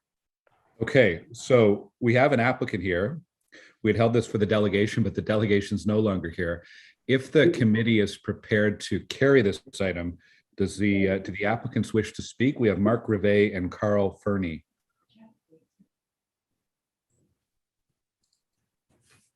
Testing, 1, 2, 3. Testing. We hear Alain now for the other item. Councillor Kitts, did you have any comments or questions, comments, wrap up in this item? It's in Cumberland Ward. Yes, not questions for staff or for the applicant, and I will try to be brief. I just have a comment to offer. I feel like The timing of this rezoning is a little unfortunate. It's a significant development, and this committee knows how I feel about continuing to develop in South Orleans without advancement on our transportation infrastructure. And I think we've recently made some good progress toward calling for gating policies in the area. We have also talked at length about urban expansion into agricultural land in our new official plan discussions, but I do recognize that these are expansion lands that were granted under OPA 76. The public consultation on this took place well before I was elected, and it's only because of the complexity of the servicing design that there was a delay in getting it draft approved and before this committee. So I don't have a lot to stand on in terms of opposing this, but I do want to take every opportunity to acknowledge the challenges we have in this area and what it means for the community to continue developing in this way. So thank you for your indulgence, Chair. Okay, thank you. I see Mr. Fernie on my screen. Carl, would you like to make any comments for the committee today? No, Mr. Chair, we just would be here to answer questions, and we are supportive of the staff recommendation for approval. Okay, Councillor Leeper's hand is up. Just one thing of curiosity, or I guess confirmation, and maybe Carl can answer a question around that as well. It looks to be proposed entirely with respect to the residential as R3, which I think is encouraging. There's no R1 zoning proposed. Is it the intention that all of the homes that would be built would be denser than single detached, or within that R3, are you going to take advantage of the permissions to build singles? Thank you, Councillor. It is. If you notice the zoning map, we do have varying subzones here. So this subdivision will be a mix of singles, back-to-back townhouses, and what we would consider standard townhouses. So that's been already set. We have draft plan approval here, so we have laid out the subdivision into that manner. As you know, typically in suburbia at this point, we are zoning everything R3. That is to allow some higher densities than we typically do in R1. For example, this subdivision nets out to about 40.8 units per hectare. So, yeah. Okay, that's a nice dense figure. That's good. I'm not sure I've seen one of these, or maybe just didn't remark on it previously, where all of the zoning is R3 and the R1 or the singles are not zoned as purely singles. So I think that's encouraging. Thank you very much. Thank you. Okay, any other questions from councillors for the applicant or for staff? Mr. Chair? Yes, who's that? It's Steve Bellin. I'm the file lead. Oh. I was speaking with the resident this morning, and the councillor actually brought up one of his major concerns. We've been working on some of the details as far as landscaping in behind his house and those will be taken care of through the subdivision process. But I think that he wanted to point out how the development in the south end of Orleans is affecting him and his neighbors. I think that was his main concern. Okay, thank you, Steve. That's good to know. It's always unfortunate on these longer meetings when we hold items and the delegations aren't able to stick with us, but I'm glad they had a chance to share those concerns with you and with yes, I've emailed him to see if he can come back on. He was expecting this to go after lunch, after the other meeting, and wasn't expecting it to be moved forward. Okay. Well, on this item then, zoning bylaw amendment for 2605 10th Line Road, are the report recommendations carried? Chair, I think there's a technical motion on this one. Oh, so there is. Thank you, Councillor Leeper. Yes, there's a technical amendment. No, and I only was just recently asked to read it out, so I'll put a technical amendment on the table. Whereas the incorrect asset management implication section was published on the November 25th, 2021 Planning Committee agenda concerning the report, whereas a technical amendment is required to correct the asset management implication section prior to tabling to council. Therefore, be it resolved that Planning Committee delete the asset management implication section of the report in its entirety and substitute with the following: the recommendations documented in this report are consistent consistent with the city's comprehensive asset management program objectives. The implementation of the CAM program enables the city to effectively manage existing and new infrastructure to maximize benefits, reduce risk, and provide safe and reliable levels of service to community users. This is done in a socially, culturally, environmentally, and economically conscious manner. The development of these lands will increase the inventory of assets that the city will be required to manage. Okay, on the motion, is that carried? Carried. Carried, okay. And on the report as amended, is that carried? Carried. Carried. Okay, so let's go back now to item number 3, which is Bank Street in the Glebe Height and Character Study and Secondary Plan. We have 2 motions for this one. Why don't we introduce them now so that I don't forget them at the end. The first one's a technical amendment from Councillor Leeper to correct a clerical error and improve clarity. And there's also a motion from Councillor Menard. So do you want to do the technical first? Yeah. Whereas a clerical correction is required to properly number the illustration contained in document T2, policy 24, section 9, and whereas to clarify the intent of policy 2512E, which identifies where the variable rear yard setbacks for future Main Street buildings do not apply, staff recommend deleting policy 3.1412 to avoid potential contradictions in policy interpretation. And whereas there is a need to acknowledge the height of the existing buildings at 819 Bank Street 99 5th and 890 Bank Street 900 Bank Street in order to avoid legal non-conforming building heights. Therefore, be it resolved that the Planning Committee amend the following. 1, correct the reference to an illustration number in document 2 as contained in policy 24 section 9 by deleting the words illustration 1 and substituting with the words illustration 2. 2, delete policy 324 section 12 in its entirety and renumber the policy sections accordingly. And 3, add a new policy 33 section 53 to document 2 with the following text: notwithstanding policy 52, maximum building heights at 819 Bank Street 99 5th and 890 Bank Street 900 Bank Street will reflect the height of the existing 7- and 9-story buildings respectively, and renumber the policy sections accordingly. Okay, thank you, Councillor Leeper. Councillor Menard, can you introduce your motion about the transportation study? Yes, Chair, I will. Whereas the staff report for the Bank Street, you know what, Chair, I think if committee will allow it, I'll just read the be it resolved. I don't think it's contentious. So therefore be it resolved that staff be directed to scope a study to improve active transportation facilities and enhance transit operations, including considerations for a potential pilot project on Bank Street from the canal to the Queensway. And as part of that scoping, identify a consultation program, a study cost estimate, and options for funding source to undertake the study, and report back to Transportation Committee on this scoping effort by mid-2022. My item just got carried. Sorry, can everybody hear me or? Good. Yes. Okay. Yes.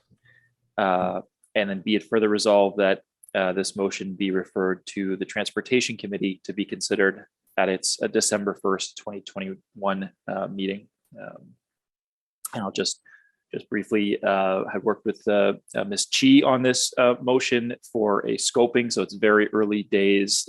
It is just to scope it. There is no active consultation or plan. It is just to scope a potential here for improvements to the Bank Street corridor. And figured it'd be smart to get it on with this item so people are aware of it, but go to Transportation Committee where the item fully will belong. Thanks, Chair. Okay, thank you, Councillor. Point of privilege. Yes, Councillor Leeper. Sorry, just quickly as a point of privilege, could committee members be distributed a copy of the motion, please? It's been distributed as part of a package that Eric had sent out previously. It was in there as I think 3 or other motions in there. Okay, good. Okay, so we have Alain Migueles and Peter Giles with the staff presentation, and then we'll go to our public delegations.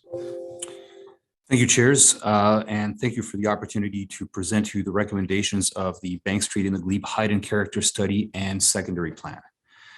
This is a process that started in the fall of 2018, and from that time, It's been made clear, and we certainly have held as one of the principles of the study, that the glebe is indeed a special place in the city, and that it needs its own secondary plan policies to guide growth in a way that strengthens its unique character. Right now, Bank Street and Glebe does not have a secondary plan. And today we're proud to bring you a plan that does exactly that, while at the same time accommodating intensification within the framework of a main street.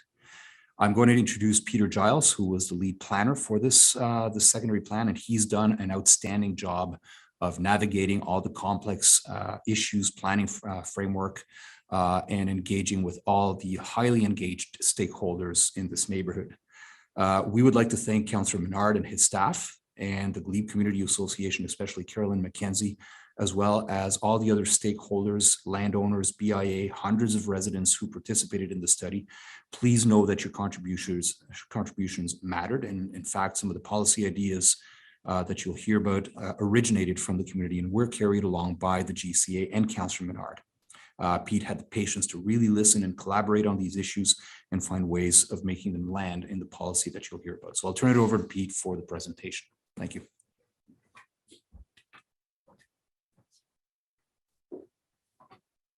Okay, thanks very much, Alain. And good afternoon, co-chairs and members of the committee. First, I'd just like to take a moment to echo Alain's comments and personally thank Councillor Leeper. I'm sorry, I'm looking at Councillor Leeper. Councillor Menard, Councillor Menard and his staff, Jonathan, Miles, and Mel, and Carolyn McKenzie from the GCA. You've all been fantastic to work with. And you know, I can honestly say that Glebe residents are lucky to have such highly engaged and competent representation.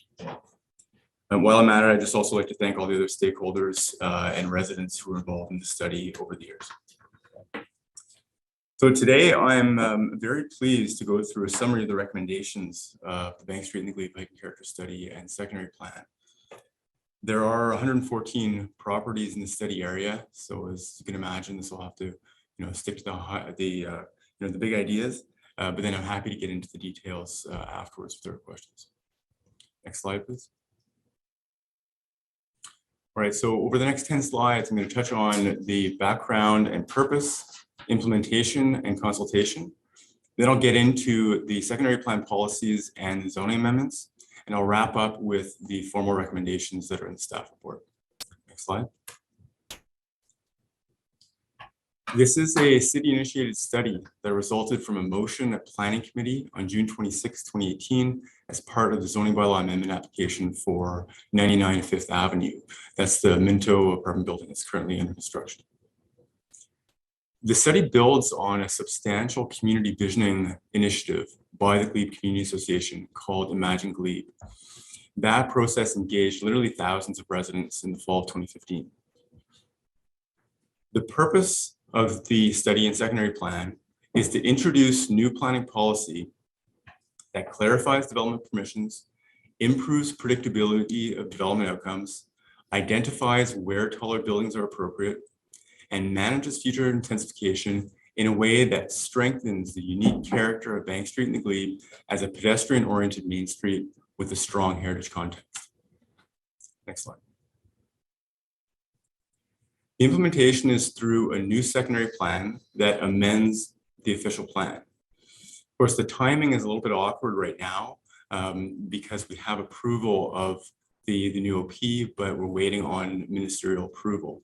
So for now, the new secondary plan gets added to the 2003 official plan until we have the ministerial approval of the new OP, at which point it gets added to the new OP.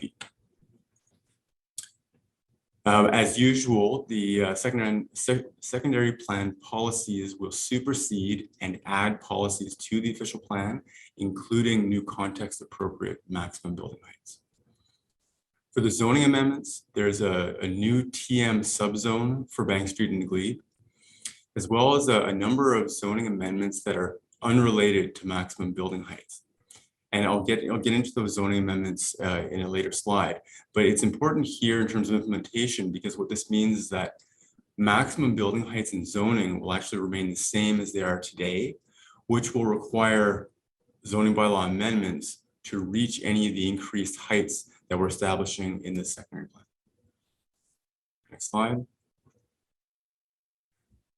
Consultation started with the stakeholder working group, which met before each public open house event. The stakeholder working group the group is essentially a kind of a sounding board for where we worked with these stakeholders on testing initial ideas and developing policies. And it included representation from Councillor Menard and his staff, of course, the Glebe Community Association, the Glebe BIA, the Greater Ottawa Home Builders Association, and the Federation of Citizens Associations.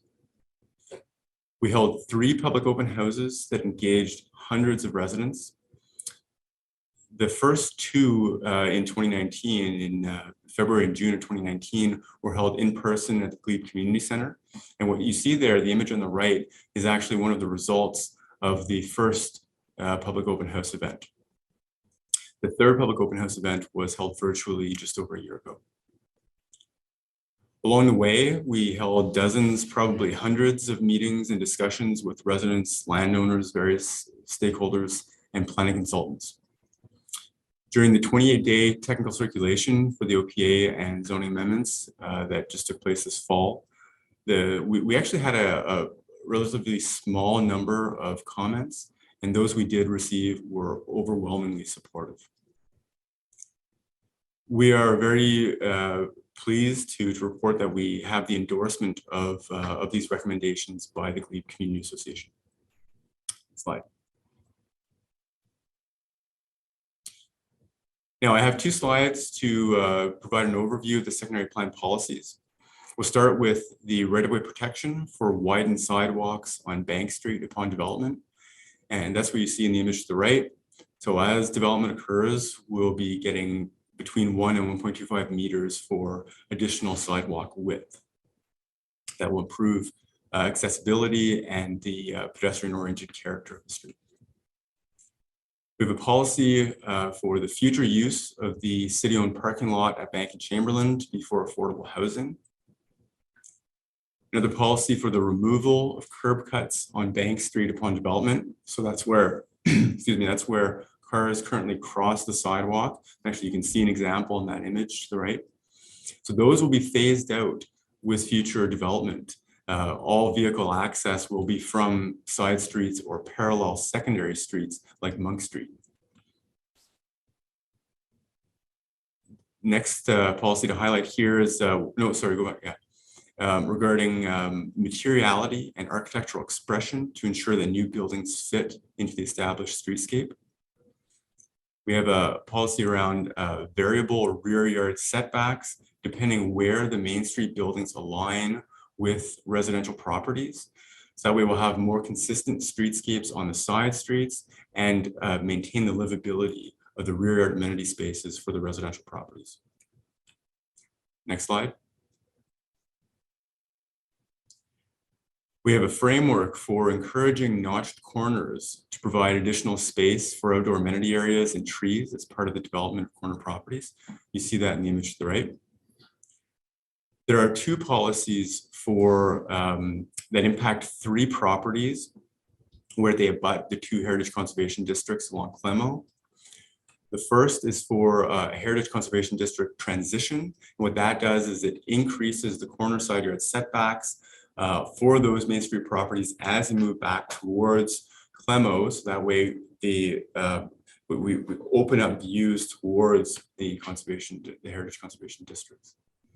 The next one is to lower the height of the rear yard step backs for future Main Street buildings that abut those HCDs. So that way the buildings step down to 3 stories as opposed to 4 stories, typically in TM zoning.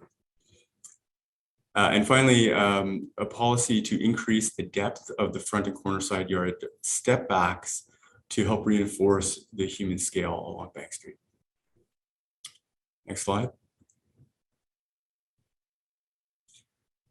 That brings us to the maximum building heights. You see that in the image to the right, that's Schedule A, that's the detailed map that shows the maximum building heights in the study area. If I could summarize that, the first thing that it does, that it confirms the existing 4-story maximum building heights that are currently in TM zoning in the core of the glebe between First and Homewood. And that's where we see consistently very small properties, and an abundance of heritage resources.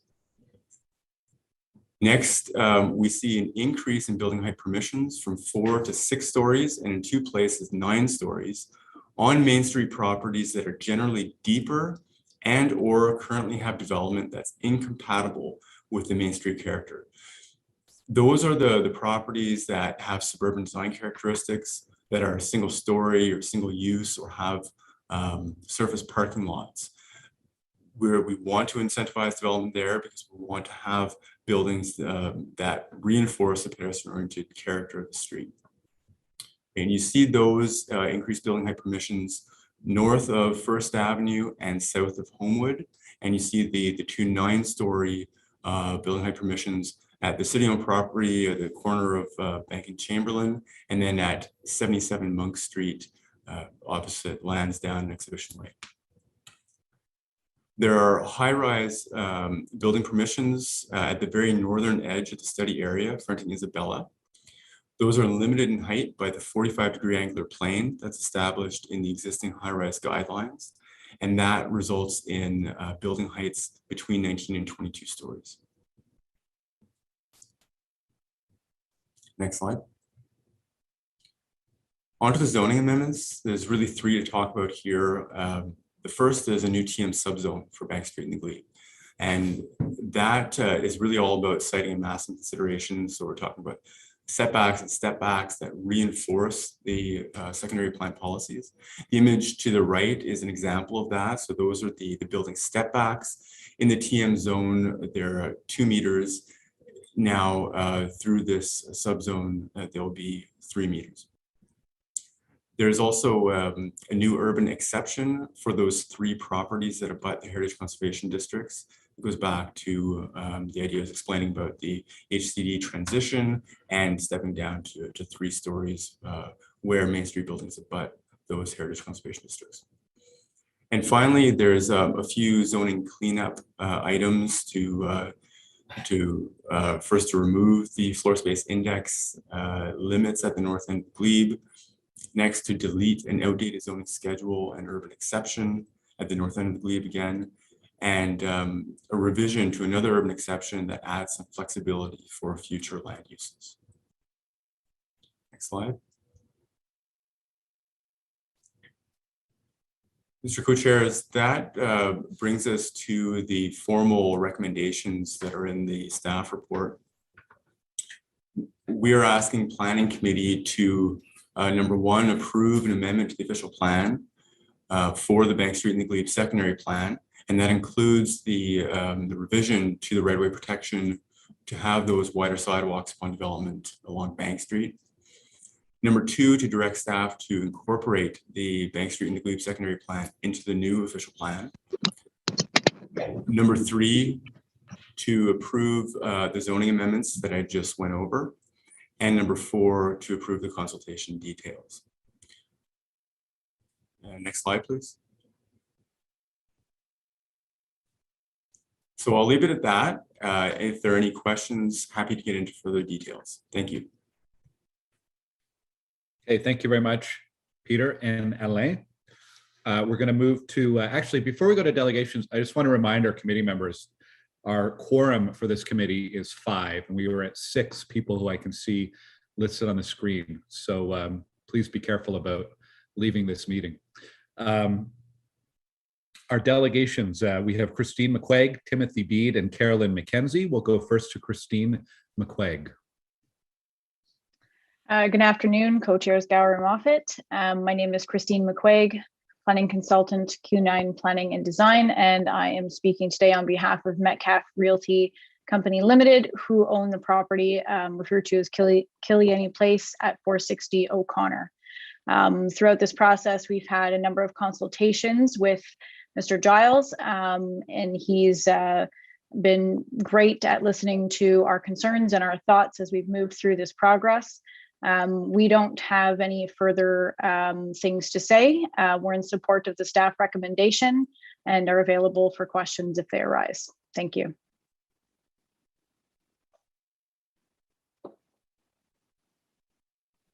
Thank you, Christine. Are there any questions for Christine? Okay, thanks very much, Christine. Timothy Bede from FOTEN is here. Timothy? Hi, thank you, Chair and Committee. My name is Timothy Bede, as Chair Gower mentioned, from FOTEN, representing the property owners at 30 to 48 Chamberlain. Don't have anything to say. We're here to answer questions regarding those properties if they arise. Thank you, Mr. Chair. Okay, thank you. Are there any questions for Timothy? And Carolyn McKenzie is the next speaker. Hi, Carolyn. How are you? Hello, Chair. Thank you very much. Good morning, everyone. I'm Carolyn McKenzie, and I chair the GLEBE's Planning Committee. I'd like to start out just by thanking the Mayor's Office, as well as Stephen Willis, for giving their support to launch this project back in 2018. This actually, as Peter mentioned, this had come on the heels of the completion of Lansdowne, as well as extensive engagement on 2 large development proposals on Bank Street, both of which are under construction now. From that, it was clear that Bank Street was and is a priority and target for development.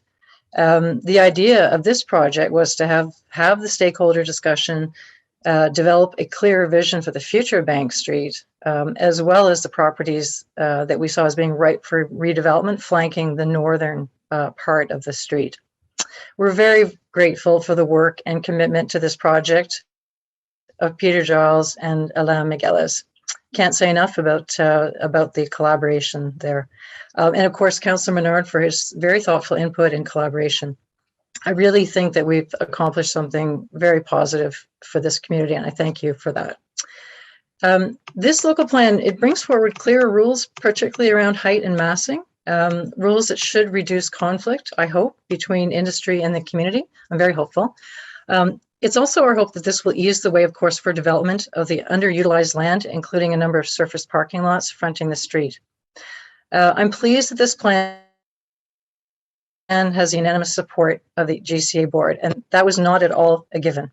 But it follows consultations that actually included a presentation to the public of a physical model of the city's recommendations built by a community member. I don't know how many hours went into that, but it was very useful. And I mention this as I believe it was really actually very useful in reducing the concerns around the city's core recommendations by giving people an opportunity to have a better feel and a sense for how that built form would land on the street.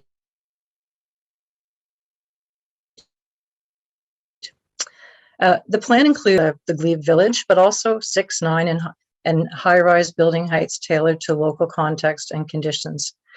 As a community, we also agreed to reduce the rear yard requirements in the TM zone. This is a reduction that actually increases the development footprint because we thought that it makes sense. I want to be clear that we didn't get everything we wanted. We didn't maximize the right-of-way widening to address our narrow sidewalks, although we did get something there which was positive. We also didn't get rear or side yard step backs to improve transition to the residential areas as we'd asked for. We didn't get the front of building step backs at 3 stories that we asked for either. But I think overall, we arrived with a plan that will enhance Bank Street for all Ottawa residents who live, work, shop, or play here. We're pleased also that the city-owned parking lot at the corner of Bank and Chamberlain will carry a requirement for affordable housing going forward. Just to switch gears a little bit, I recall that the former planning chair in conversation that I had with her indicated to me her belief that ongoing conflict was one of the biggest risks to the city's achieving intensification goals. I think she's right. Conflict destroys trust with communities. It also carries significant costs, and it's time consuming for everybody. I can only imagine the hours logged and the resources used by city planners on contentious rezoning applications, not to mention the industry costs that have to be absorbed into higher housing prices. And everything slows down, putting our intensification goals at risk. I wonder, how does this cost of conflict compare to the cost of undertaking more local plans like this one? This local plan has played a key role in developing community support for development and density, and I do believe it will reduce conflict and cost. I say this because at the outset, again back in 2019, we held a community consultation. There was strong support for Bank Street continuing to develop at a maximum of 4 stories, given heritage considerations, relatively high existing density already in the area, etc. So I think it's fair to say the conversation has evolved quite significantly to where this plan seeks to go. My final comment is about the work plan and schedule for this project. It's taken us 3 years to get to today and to committee, but I wouldn't want anyone to have the impression that this was really a 3-year project. The original plan was for just over 12 months from start to finish. COVID was certainly a factor. Planning staff were pulled onto official plan activity. I also understand that there was late engagement by industry after recommendations were made public that the city quite generously accommodated, I would say. But again, which also did stretch things out by a number of additional months. I would also say that at the outset, Stephen Wilson and I had talked about the idea to use this as a bit of a pilot and to collaborate on a project work plan to try and streamline the process and schedule and make most efficient use of the city's resources. I don't think this part really happened, but I continue to believe that this is important and that much can be learned from this project and applied to others. I've had some conversation with Peter Giles on this, and I think he's quite amenable and interested in pursuing that, and I hope we can do that. So I'd like to thank you all for your support for this plan, and we look forward to some great development on Bank Street in the future. Thank you very much. Thank you, Carolyn. Councillor Menard has a question. Thanks very much, Chair. More of a comment, but Carolyn, I remember being in your garage with or was it Richard Corbet and the modeling that had been done too. So just so planning committee members know, there was a full smaller scale model that was done up that showed exactly what it would look like based on the recommendations where staff are making.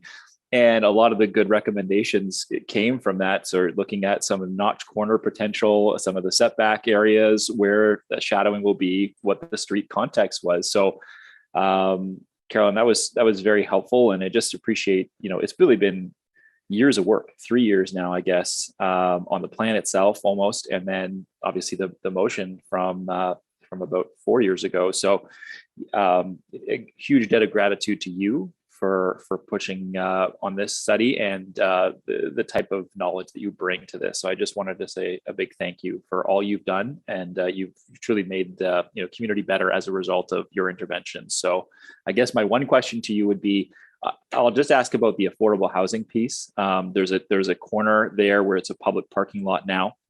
My intent is to help fund affordable housing on that site as it is currently identified in the plan.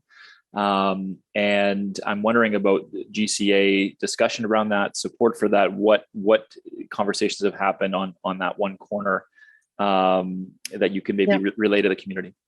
Yeah, sure. No, thanks for that. I just mentioned that very briefly. We've had a lot of discussion within the GCA board. There's very strong support for pursuing affordable housing. I don't put myself as a affordable housing expert at all. I know there's different terminology to describe different levels. But that being said, there's a lot of, what I do know is that there's a lot of support for pursuing opportunities within the neighborhood. And this city-owned parking lot on Bank Street just seemed like a no-brainer, given that it's owned. It's right on the main street. We don't want to see parking lots on main streets, and it's owned by the city already. So it seemed like there was funding is obviously a challenge, and I've been listening to the earlier discussion, but it seemed like a no-brainer for something to pursue something there. Okay, thank you so much. And I would say, just as a general thing, I just want to be clear that there's strong support for pursuing that in this neighborhood. Apologies, my internet lags sometimes, so I didn't mean to cut you off at all. Thank you very much. Thanks, Chair. Thank you. Okay, thank you. I'm seeing no more questions, and I'll echo Councillor Menard's thank you, Carolyn, to you and your colleagues at the Glebe Community Association for your work and contributions to this project. It's appreciated. Thank you, Chair. Are there any questions for staff from committee members on this item? I wanted to ask one thing. There might be people in other neighborhoods looking at, who live near other main streets, for example, looking at the height limit that comprises the majority of the recommendations here. Most of this is 4 stories. You mentioned lot size was a factor, and I think you mentioned heritage. Are there any other factors that that led you to conclude that the 4 stories was the appropriate height here, whereas on other main streets, we've arrived at higher heights as a recommendation in secondary plans? Thank you, Mr. Co-Chair. Yes, that's right. There are those 2 factors, certainly the lot size and the heritage. The other consideration is the relatively narrow right-of-way. Between Isabella and Homewood, we have a pretty consistent 18.5 meters. If you look at other main streets, other pedestrian-oriented main streets across the city, they tend to be a little bit wider and also more variable, typically 20 to 22 meters. Now, once we have those widenings for the wider sidewalks, we'll eventually get to 21 meters once there's development on both sides. But we'll get that in bits and pieces for a long time. So what we're left with is a narrower right of way compared to most other main streets in Ottawa. Okay, thank you. Any questions for staff? Councilor Menard, did you have any wrap up or remarks before? Yeah, I'll just very briefly, Chair. It's been a long meeting, so I won't take up much time. I appreciate your brief discussions we've had on this. I'll also recognize, Stittsville Main Street, very similar, context in terms of its own build out, and that kind of context has existed there for some time. In this case, there'll be significant density added here, more in the northern end. But there is going to be a lot of added density, and the plan balances that. It balances the heritage context with the need for increased density. And a traditional main street, the longest street in the city of Ottawa is Bank Street.